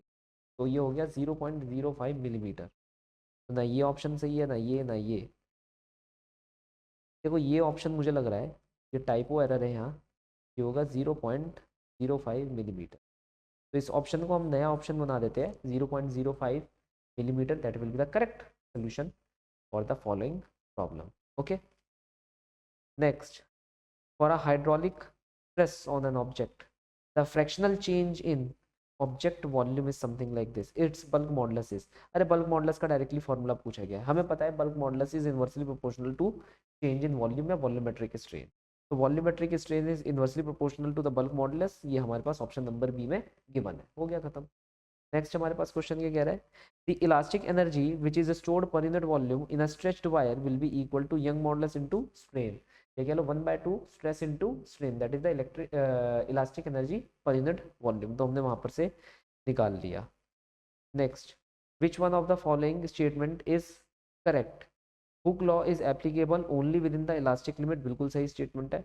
Adiabatic and isothermal elastic constant of the gases are equal. गलत हो गया. Young modulus is dimensionless. Young modulus का डायमेंशनलेस नहीं हो सकता सर. स्ट्रेस का डायमेंशन यंग मॉडुलस का dimension. Stress multiplied by strain is equal to the stored energy. Stress multiplied by strain नहीं sir. Stress multiplied by strain is 2 times of energy per unit volume. ये गलत हो गया. Then हमारे पास क्या है? Aluminium rod of Young modulus something like this has breaking strain of 0.2%. तो चेंज इन लेंथ अपॉन में लेंथ कितना आ जाएगा? 0.2 अपॉन में 100. That is the breaking strain. Minimum cross sectional area of the rod in metre square in order to support this particular load will be equal to. हम directly formula लिख देंगे F L upon में delta L into Young modulus. सारी चीज़ें हमारे को यहाँ पर दे रखी है. मुझे फोर्स की वैल्यू दे रखी है 10 की पावर 4. मुझे लेंथ की वैल्यू यहाँ पर दे रखी है. वैसे लेंथ लिखने की ज़रूरत नहीं है मेरे को. क्यों? क्योंकि मुझे यहाँ पर स्ट्रेन दे रखा है कि भैया ब्रेकिंग स्ट्रेन इतना है. ब्रेकिंग स्ट्रेन का मतलब है मैक्सिमम स्ट्रेन इतना प्रोड्यूस हो सकता है.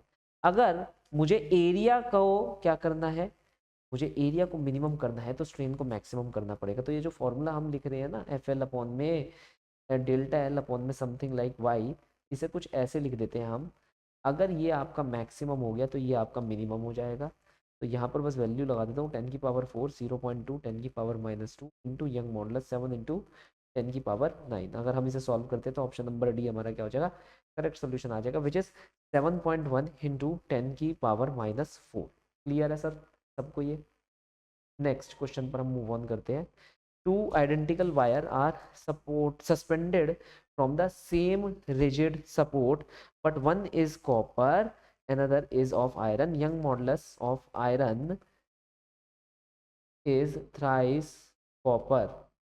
The weight to be added on the copper and iron wire so that the end are at the same level must be in the following ratio.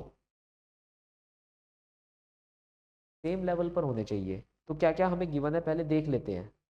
हमें given है हमारे पास दो आइडेंटिकल वायर है, मतलब उनकी जो लेंथ है वो सेम है, उनका जो क्रॉस सेक्शनल एरिया है वो सेम है। ओके, अगर वो सेम लेंथ तक सस्पेंड होंगे मतलब उन दोनों के अंदर जो स्ट्रेन आएगा वो भी क्या हो जाएगा, strain will also be same. काफ़ी सारी चीज़ें हमारे पास यहाँ पर क्या हो गई, सेम हो गई, लेंथ, एरिया और चेंज इन लेंथ, ये तीनों चीज़ें सेम हो गई। अगर ये तीनों चीज़ें सेम हो गई तो मैं यहाँ पर क्या करूँगा, मैं लिखूँगा Young modulus is directly proportional to applied force itself. अब दोनों का यंग मॉडुलस कुछ इस रिलेशन में आ रहा था तो मैं लिख सकता हूँ force on the ferrous should be 3 times of force on the copper. अब इसने पूछा कि भैया हमारे को रेशो निकाल कर बता दो, किसका रेशो, कॉपर अपॉन में फेरस का। The weight to be added on copper and iron, तो कॉपर ऊपर आयरन नीचे, तो ये रेशो बता दो ये कितनी होगी, ये रेशो आ रही है 1/3, दैट इज ऑप्शन नंबर ए।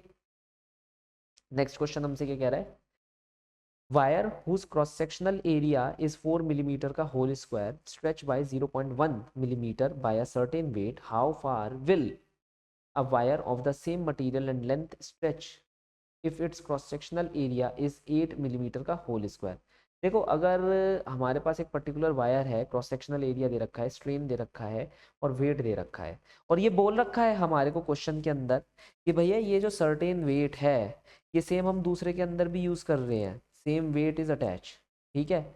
अगर कुछ यहाँ पर चेंज आपको देखने को मिल रहा है तो वो किसका देखने को मिल रहा है, क्रॉस सेक्शनल एरिया के अंदर, है ना, इसका दे रखा है और इसका दे रखा है। अगर हमसे ये बोला गया लेंथ भी सर सेम है, देख लो लेंथ भी सेम है, same material same length, material same होने का मतलब है यंग मॉडुलस सेम हो जाना, लेंथ हमारे पास क्या हो गई, सेम हो गई, और कुछ चाहिए जो डिफरेंट करना है तुम्हारे को, नहीं। तो यहाँ पर बोल रहा है कि अब ये बताओ कि इस केस में कितना स्ट्रेन हमारा डेवलप होगा। तो यहाँ स्ट्रेन जो है वो किसके डायरेक्टली प्रोपोर्शनल हो जाता है, अगर हम फार्मूला लिखे यंग मॉडुलस का तो वो हो जाता है एफ अपॉन में A into delta L into L. क्या क्या चीज़ें सेम है, ये सेम है, ये सेम है, तो और ये भी सेम है, तो हम कहेंगे area into delta L is equal to constant. तो हम यहाँ लिखेंगे delta L1 area 1 will be equal to delta L2 area 2, खत्म। अब यहाँ पर वैल्यूज लगा दो, तो डेल्टा L2 कितना हो जाएगा हमारे पास, delta L1 which is 0.1 area 1 which is 4 upon में डेल्टा L2 विच इज़ 8। तो ये हमारे पास कौन सा आंसर देखने को मिलेगा, 0.5 0.01 से मल्टीपल, तो 0.05, that is option number B will be the correct solution for the following problem, अगर हम कैलकुलेट कर देते हैं तो।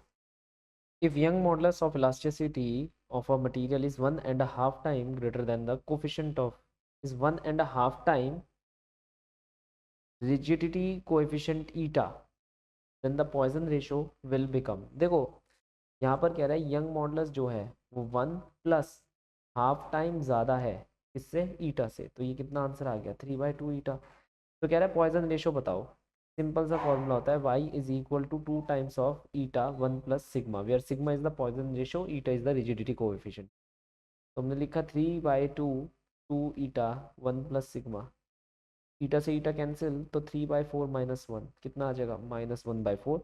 That is option number B will be the correct solution for the following problem.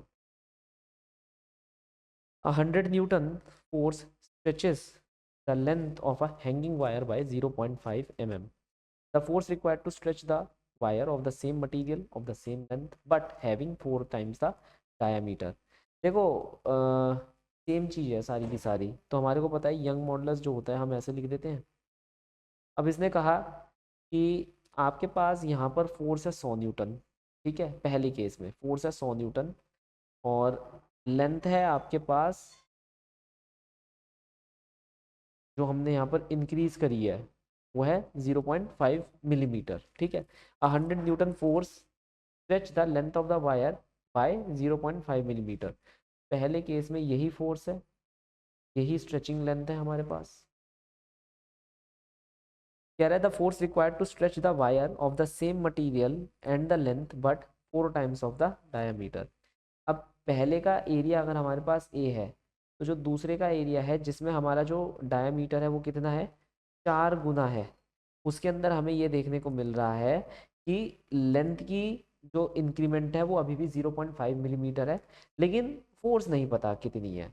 तो यहाँ पर क्या क्या चीज़ें फिक्स हो गई, यंग मॉडुलस फिक्स हो गया, लेंथ फिक्स हो गई, चेंज इन लेंथ फिक्स हो गई। ये 3 चीज़ें तो फिक्स हो गई, दोनों में ये 3 चीज़ें फिक्स है, तो यहाँ फोर्स और एरिया आपस में प्रोपोर्शनल है। तो हम यहाँ क्या लिखेंगे, फोर्स और डायमीटर आपस में प्रोपोर्शनल है, ठीक है। देख लो, चेंज इन लेंथ दोनों केस में सेम है, एरिया एरिया अलग है, फोर्स हमारे पास अलग है, तो बाकी सारी चीज़ें सेम है, इवन यंग मॉडुलस भी हमारे पास सेम है, even length of the wire भी हमारे पास सेम है। तो हम यहाँ पर ये फार्मूला लगा सकते हैं। तो अगर हमने ये फार्मूला लगाया तो पहले के केस की फोर्स कितनी है 100, डायमीटर कितना है d², दूसरे के केस की फोर्स कितनी है x, और डायमीटर कितना है हमारे पास 4 टाइम्स ऑफ द डायमीटर, तो 4d का होल स्क्वायर। अगर हम यहाँ पर इसे क्रॉस मल्टीप्लाई कर देते तो हमारे पास कितना आ जाता है 1600 Newton. That is option number D will be the correct solution for the following problem. If spring extend by x on loading, then the energy stored by the spring will be equal to, तो हमें पता है कि energy stored by the spring हमारे पास कितनी होती है f² अपॉन में 2k। अगर t हमारे को टेंशन दे रही तो ये कितनी हो जाएगी t² बाय 2k। तो ये हमारे पास फॉर्मूला कौन सा, option number B will be the correct solution for the following problem. अच्छा, जिसे नहीं आता वो ये काम कर ले, हाफ के x² कर देना। तो के एक्स का मतलब क्या होता है, टेंशन हमारे पास, तो मैं इसे लिखूंगा हाफ के एक्स इंटू एक्स, तो हाफ टेंशन इंटू एक्स, और एक्स की वैल्यू क्या आ जाएगी टी अपॉन में के, हमारी इस वाली इक्वेशन से, स्प्रिंग की इक्वेशन से। तो भी ये सेम आंसर देखने को आपको मिल जाएगा, अदरवाइज फॉर्मूला लगा देना, आ जाएगा। नेक्स्ट हमसे क्या कहा गया है, a wire of natural length L, Young modulus Y, area of cross section A, extend by X, then the energy stored in the wire. Energy stored in the wire हमारे पास कितना हो जाएगा हाफ के x²। क्या क्या हमारे को दे रखा है, यंग मॉडुलस दे रखा है, एरिया दे रखा है, और एक्सटेंशन दे रखा है। मुझे पता है कि भैया जो फोर्स होती है वो मैं कैसे लिख सकता हूँ, it will be equal to K into X. Force का मतलब कितना हो रहा है के इंटू एक्स, हमें इसी फॉर्म में आंसर निकालना है। और फोर्स का मतलब क्या हो जाएगा यंग मॉडुलस की फॉर्म में, Young modulus into area into the extension upon में द लेंथ एल। तो 1/2 into that will be equal to K into X, E force, K X में लिख सकता हूँ, एक्स से एक्स कैंसिल कर सकता हूँ, तो के की वैल्यू आ जाएगी वाई ए अपॉन में एल, और एक्सटेंशन मुझे यहाँ पर कितना मिल रहा है x² का। इससे बच्चे गलत ना समझे मैं इस x को यहाँ, तो मेरे पास ऐसा कुछ ऑप्शन देखने को मिल रहा है। अगेन मैं अपने सम को रिपीट कर देता हूँ, फोर्स को हम स्प्रिंग फोर्स को के एक्स लिख सकते हैं, ठीक है। और यंग मॉडुलस के फॉर्मूले में अगर फोर्स का फॉर्मूला देखेंगे तो कुछ ऐसा है Y A into the increment of the length upon में the total length of the wire. यहाँ पर से अगर मैं इन दोनों को इक्वेट कर देता हूँ तो एक्सटेंशन से एक्सटेंशन कट जाएगा, के की वैल्यू आ जाएगी, बस हमें यहाँ पर प्लेस कर देना है। तो हमारे पास आंसर क्या देखने को मिलेगा, ए। When a wire of length 10 meter is subjected to 100 Newton of the force along its length, the lateral strain produces 0.01 10 की power minus 3. Poisson ratio is 0.4. If the area of the cross section of the wire is 0.025 millimeter square, young modulus will be equal to, देखो इसने हमें सब कुछ दे रखा है, lateral strain दे रखा है, ठीक है। तो मैंने कहा कि चलो अब क्या ही कर सकते हैं, दे रखा है तो यूज़ कर लेंगे। लेटरल स्ट्रेन मेरे पास है, पॉइजन रेशो मेरे पास है विच इज़ 0.4। मैं यहाँ पर क्या लिख सकता हूँ, लेटरल स्ट्रेन अपॉन में, लेटरल स्ट्रेन अपॉन में लॉन्गिट्यूडनल लिख सकता हूँ। तो कितना हो जाएगा 0.4, लेटरल स्ट्रेन की वैल्यू लिख देता हूँ 0.01 10 की पावर माइनस 3। लॉन्गिट्यूडनल स्ट्रेन कितना है नहीं दे रखा, उसने यंग मॉडुलस पूछा है ना, लेट अस से लॉन्गिट्यूडनल स्ट्रेन हमारे पास ई है 0.01 अपॉन में 0.4 10 की पावर माइनस। तो यंग मॉडुलस हमारे पास कितना आ जाएगा था, फोर्स अपॉन में एरिया, एरिया कितना दे रखा है 0.025 अपॉन में द स्ट्रेन 0.01 0.4 इंटू 10⁻⁻3। अगर हम इसे सॉल्व करने की कोशिश करते हैं तो हमारे पास आंसर कितना बन जाएगा 1.6 into 10�8, that is option number A will be the correct solution for the following problem. बस आप लोग को ये थोड़ा सा कैलकुलेट कर लेना है, मैंने पहले ही कैलकुलेट करके रखा हुआ। A rubber cord 10 meter long is suspended vertically. How much does it stretch under its own weight? देखिए अंडर इट्स ओन वेट अगर हम स्ट्रेचमेंट निकाल रहे हैं तो हम लिखते हैं delta L is equal to L square into density into gravity upon में 2 टाइम्स ऑफ यंग मॉडुलस। इसके अंदर हम लगा देंगे 10 स्क्वायर इंटू डेंसिटी कितनी दे रखी है 1500 इंटू ग्रेविटी की वैल्यू हम 10 लेकर चल रहे हैं क्योंकि यहाँ पर दे भी 10 रखा है। यंग मॉडुलस हो जाएगा 5 इंटू 10⁸ और मल्टीप्लाई बाय हम क्या रखेंगे 2। तो आंसर कितना आ जाएगा हमारे पास 15 10⁻⁻4, that is option number A will be the correct solution for the following problem. Young modulus of the wire depends upon material of the wire itself. Next, an elastic material of young modulus Y is subjected to a stress S. The elastic energy stored per unit volume of the material will be equal to, तो हमसे पूछा जा रहा है elastic energy stored material पर unit volume, मतलब small U की value पूछी गई है, इसके अंदर हमें सब कुछ दे दिया गया। तो यू की वैल्यू क्या होती है 1/2 स्ट्रेस इनटू स्ट्रेन, है ना।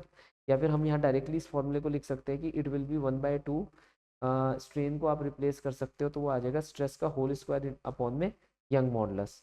तो आंसर क्या बैठेगा 1/2 एस स्क्वायर अपॉन में यंग मॉडुलस, डायरेक्टली फॉर्मूला है, हम याद रख सकते हैं। क्लियर। चलिए नेक्स्ट क्वेश्चन पर आ जाते हैं। Wire is fixed at the upper end stretch by a length by applying a force F. Work done in the stretching will be equal to, क्या बताया था, हाफ इनटू, इसने कहा कि एक वायर को हमने ऊपर लगा रखा है, उस पे हमने एक फोर्स एफ लगाई, तो उसे स्ट्रेच करने में कितना वर्क हमारा लगेगा, जितनी एनर्जी हम उसके अंदर स्टोर कर देंगे। तो हमने कितनी एनर्जी यहाँ पर स्टोर करी, हमने कहा कि भाई अगर मैं ये फॉर्मूला लगाऊं energy stored per unit volume, that is energy stored per unit volume half into, हमें फोर्स दे रखी है और क्या दे रखा है एरिया ऑफ क्रॉस सेक्शन दे रखा है और क्या दे रखा है नथिंग एल्स, है ना। तो लेट अस से हम यहाँ लिखते हैं स्ट्रेस इनटू स्ट्रेन, ठीक है। तो यू अपॉन में ए एल 1/2, स्ट्रेस क्या हो जाएगा फोर्स अपॉन में एरिया, स्ट्रेन हो जाएगा चेंज इन लेंथ अपॉन में length L, A L cancel, answer क्या आ रहा है 1/2 F into delta L, that is option number D will be the correct solution. ये फॉर्मूला लगा देना net energy per unit volume का, स्ट्रेस इनटू स्ट्रेन, स्ट्रेस हो जाएगा force per unit area, strain हो जाएगा चेंज इन लेंथ अपॉन में length, खत्म। A load W produces an extension of 1 millimeter in a thread of radius r. Now the load is made 4W, the radius is made 2r, all other things remain constant, the extension will become, तो हम यहाँ पर लिख सकते हैं जो extension हमारे पास होगा वो होगा एफ एल अपॉन में ए बाई। तो पहला हमारे पास 1 मिलीमीटर का एक्सटेंशन है, लोड डब्ल्यू है, ये सेम है। अगला एक्सटेंशन हमारे पास कितना है, एक मिनट रुको, रेडियस आर, मतलब एरिया को भी मैं यहाँ खोल कर लिख देता हूँ पाई आर स्क्वायर, बाकी सब कुछ सेम है। अगला हमारे पास सेम वायर है मगर लोड को हमने कितना कर दिया 4 टाइम्स कर दिया, the load is made 4 times of W, तो कितना चेंज हमें देखने को मिला,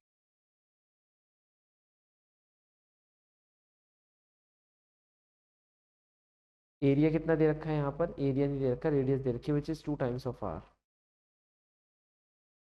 अब हम क्या करेंगे इन दोनों को डिवाइड, डब्ल्यू से डब्ल्यू कैंसिल, एल से एल कैंसिल, यंग से यंग कैंसिल, पाई से पाई कैंसिल, आर स्क्वायर से आर स्क्वायर कैंसिल, ठीक है। ये आ रहा है 10⁻³ अपॉन में delta L will be equal to 1 upon में 4 मिलीमीटर का आंसर मुझे यहाँ पर देखने को मिल रहा है। एक मिनट को 4 मिलीमीटर का तो आंसर है, मैंने यहाँ कुछ गड़बड़, ये 4 कैसे कट गया भाई, तो कटना ही नहीं चाहिए था। 16 का आंसर 1/4, बाकी तो सब ठीक। और इस 4 का क्या हुआ, अच्छा, ओहो, ये तो यंग मॉडुलस है। देख रहे हो राइटिंग ही इतनी गंदी है कि पता ही नहीं चलता। ये यंग है, ये भी यंग है, कभी काट दूँ मैं। अच्छा, इस 4 का क्या हुआ और इस 4 का, ये भी कैंसिल हो जाएंगे। तो यहाँ पर बच ही क्या रहा है, फिर तो कुछ नहीं बच रहा, कुछ बच ही नहीं रहा है। अगर हम कैलकुलेट करें यहाँ तो 1 बच रहा है। तो डेल्टा एल की वैल्यू कितनी हो जाएगी, 10⁻⁻, तो 10⁻³ का मतलब क्या है, 1 मिलीमीटर। तो देखो अगर सही से काट देंगे वैल्यूज लगाने के बाद तो 1 मिलीमीटर का आंसर आ जाएगा। Next, application of elastic behaviour of the materials. पहला क्वेश्चन हमें क्या दे रखा है, if bar is made up of copper उस coefficient of linear expansion is 1.5 times than that of the iron। ये हमारे पास गिवन है, ठीक है, मतलब 3/2 alpha of iron. Now he says the ratio of the force developed in the copper bar to that of the iron identical bar identical cross section when heated through a temperature difference of the temperature range will be equal to। तो force कितनी अंदर develop होगी, हम जानते हैं कि हम यहाँ पर फोर्स का जो फॉर्मूला लिख सकते हैं, ओहो, जो फोर्स का जो फॉर्मूला लिख सकते हैं, चाहे कॉपर के लिखें और दूसरा कौन सा मान लिया, आयरन है। क्योंकि इसने हमसे पूछा है कि अगर मान लो हम हीट जनरेट करने की कोशिश कर रहे हैं तो वो फोर्स कितनी जनरेट होगी। फोर्स जो होती है हमारी वो अल्फा के प्रोपोर्शनल होती है, लीनियर कोएफिशिएंट के प्रोपोर्शनल होती है। तो हम यहाँ पर लिखेंगे कि force of copper is equal to, ये कह लो फोर्स ऑफ कॉपर अपॉन में force of ferrous will be equal to alpha of copper, और यहाँ आ जाएगा अल्फा ऑफ फेरस। तो आंसर आ जाएगा हमारा 3/2, that is option number A will be the correct solution for the following problem. Which of the following effect the elasticity of the substance, hammering, annealing, change in temperature, impurity, all of the above. All of the above will affect it। One end of a uniform wire of length L and weight W is attached rigidly to a point in the roof and a weight W1 is suspended from its lower end. If S is the area of cross section of the wire, the stress in the wire at a height 3L/4 will be equal to। तो यहाँ पर हमारे को पता करना है कि stress wire का क्या होगा at a height 3L/4 from the lower and. तो क्या करेंगे भाई, पहले से ही नीचे हमारे पास कुछ वेट W1 टंगा हुआ है और इतना मास जो वायर का होगा वो ऐड हो जाएगा। Weight 1 plus 3/4 of W will be added over here. इतनी फोर्स लग रही है, इस फोर्स को हमने क्या कर दिया, एरिया से डिवाइड कर दिया। देखो ध्यान से समझो, यहाँ पर हमारे को बताना है कितना स्ट्रेस जनरेट हुआ, इतने हिस्से का मास, इतने पोर्शन का मास, इतने पोर्शन ऑफ वायर का खुद का मास, प्लस इतने हिस्से का जो वेट एग्जिस्ट कर रहा है, वो दोनों ही लगेंगे। यहाँ पर मैंने लिख दिया 3/4 of W, where W is the weight of the whole wire. तो this portion is of 3/4 of the total wire. तो इतने पोर्शन का वेट प्लस ये अपॉन में S। तो हमारे पास आंसर क्या हो जाएगा, अच्छा सॉरी, मैंने गलती से S को डिवाइड कर दिया, नहीं S डिवाइड ही तो होगा क्योंकि इसने यही तो पूछा है हमसे कि हमें स्ट्रेस बताना है। तो ये कितना हो जाएगा, W1 plus 3/4 of W upon में S। ये अपॉन में S आना चाहिए, यहाँ पर लिख नहीं रखा, लेकिन इट शुड बी अपॉन में S। तो हमारा ऑप्शन नंबर सी क्या हो जाता, करेक्ट हो जाता अगर यहाँ पर ये अपॉन में कर देते, लेकिन अपॉन में इन लोगों ने करा नहीं। ओके, तो ये होगा हमारा answer. Let us start with exam drill. So पहला क्वेश्चन कह रहा है the value of Poisson ratio which will lie in between. देखो हम जानते हैं पॉइजन रेशो का जो हमारा फॉर्मूला होता है वो कितना होता है, y is equal to 3k1 - 2 sigma, और दूसरा फॉर्मूला क्या हो गया, y is equal to 2η1 plus sigma.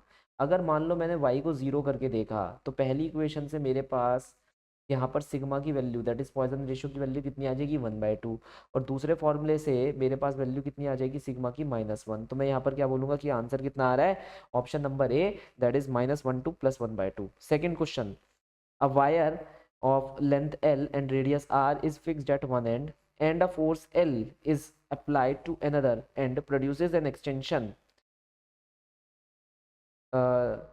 produces an extension of length small l.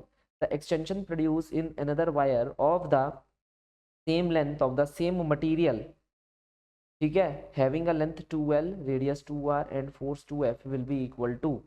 तो हमसे पूछा जा रहा है कि कितनी एक्सटेंशन दूसरे के अंदर हमने प्रोड्यूस करी। अगर वायर सेम मटेरियल का है तो हम लिखेंगे y1 equal to y2।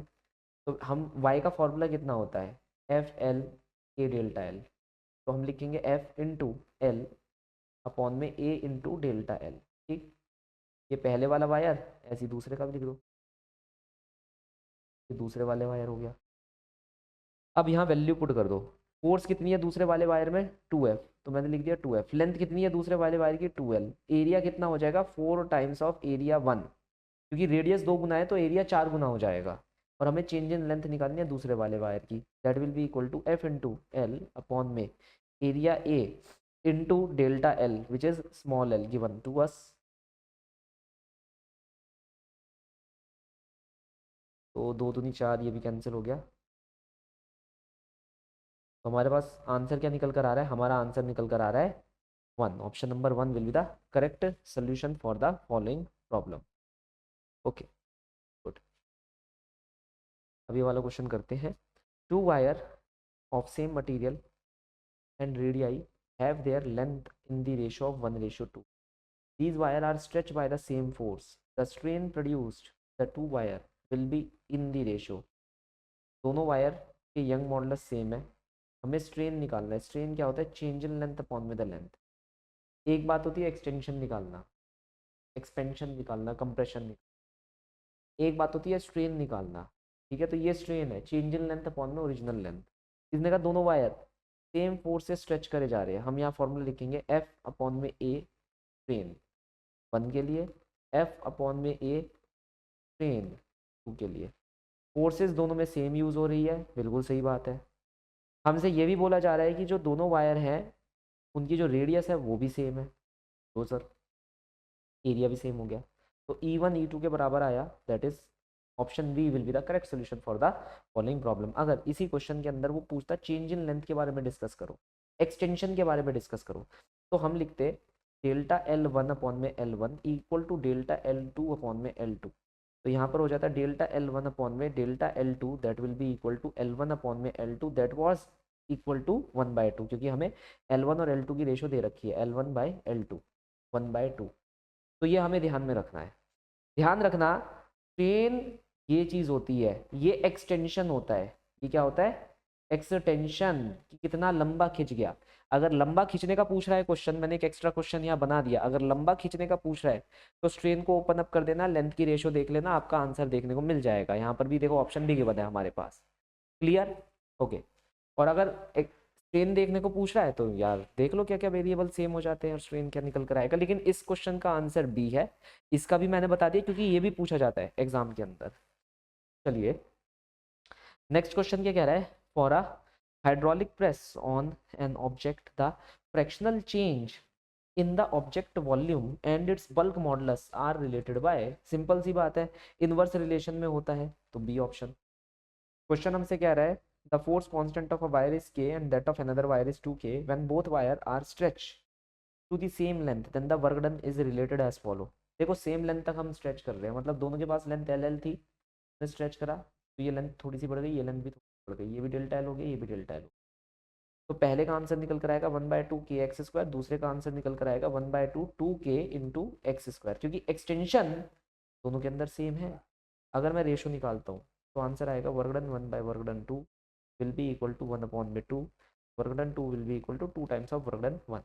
Clear, तो हमारा आंसर हो जाएगा बी ऑप्शन। अब इसी के अंदर थोड़ा सा वेरिएशन हम करके देख लेते हैं। सुन लो, देखो मैं दोनों वेरिएशन यहाँ पर करके दे रहा हूँ। इसने कहा है when both wire are stretch, बस दोनों वायर को स्ट्रेच करा गया। अरे स्ट्रेच तो तुम कर रहे हो, क्या इक्वल लेंथ तक स्ट्रेच कर रहे हो, अनइक्वल लेंथ तक स्ट्रेच कर रहे हो, सेम फोर्स से स्ट्रेच कर रहे हो, अलग फोर्स से स्ट्रेच कर रहे हो, तुम पूछ तो लो, है ना। तो यहाँ पर हम केस 2 ले लेते हैं, अपने आप भी एक केस बना लेते हैं। When force to stretch is same.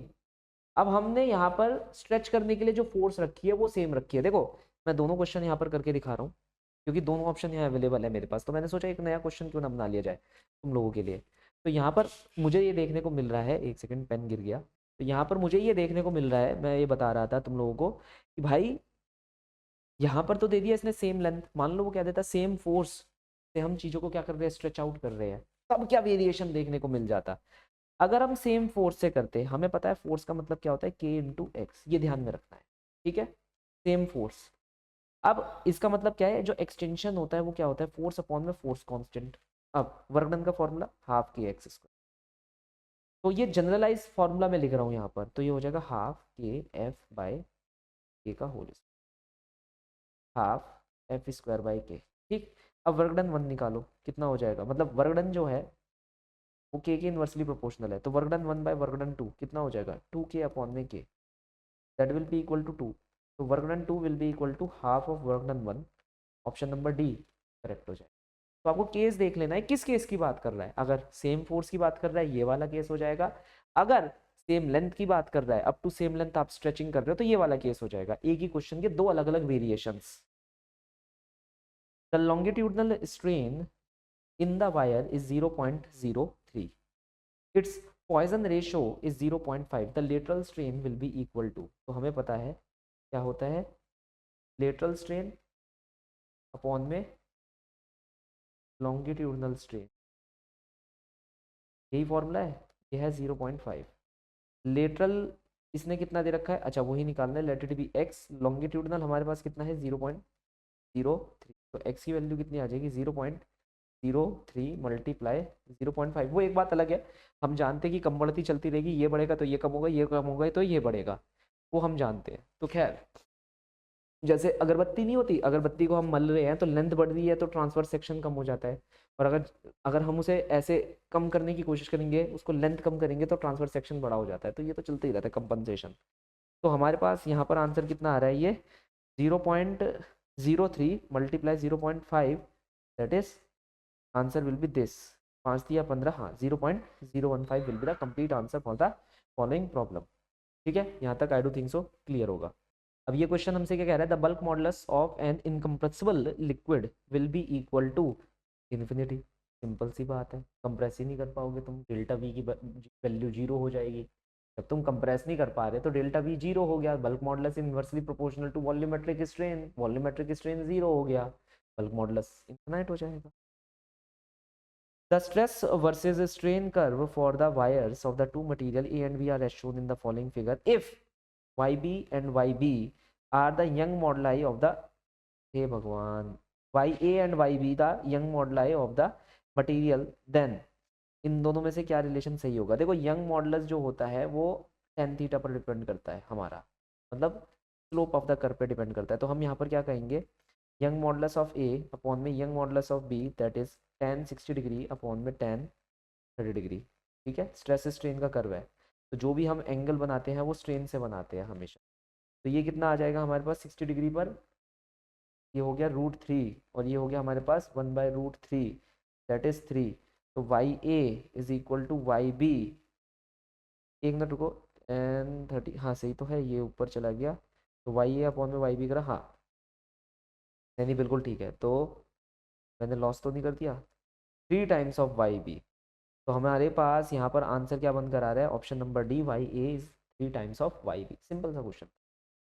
Next, we have given that calculate the work done if a wire is loaded by mg, weight and increase in the length is l।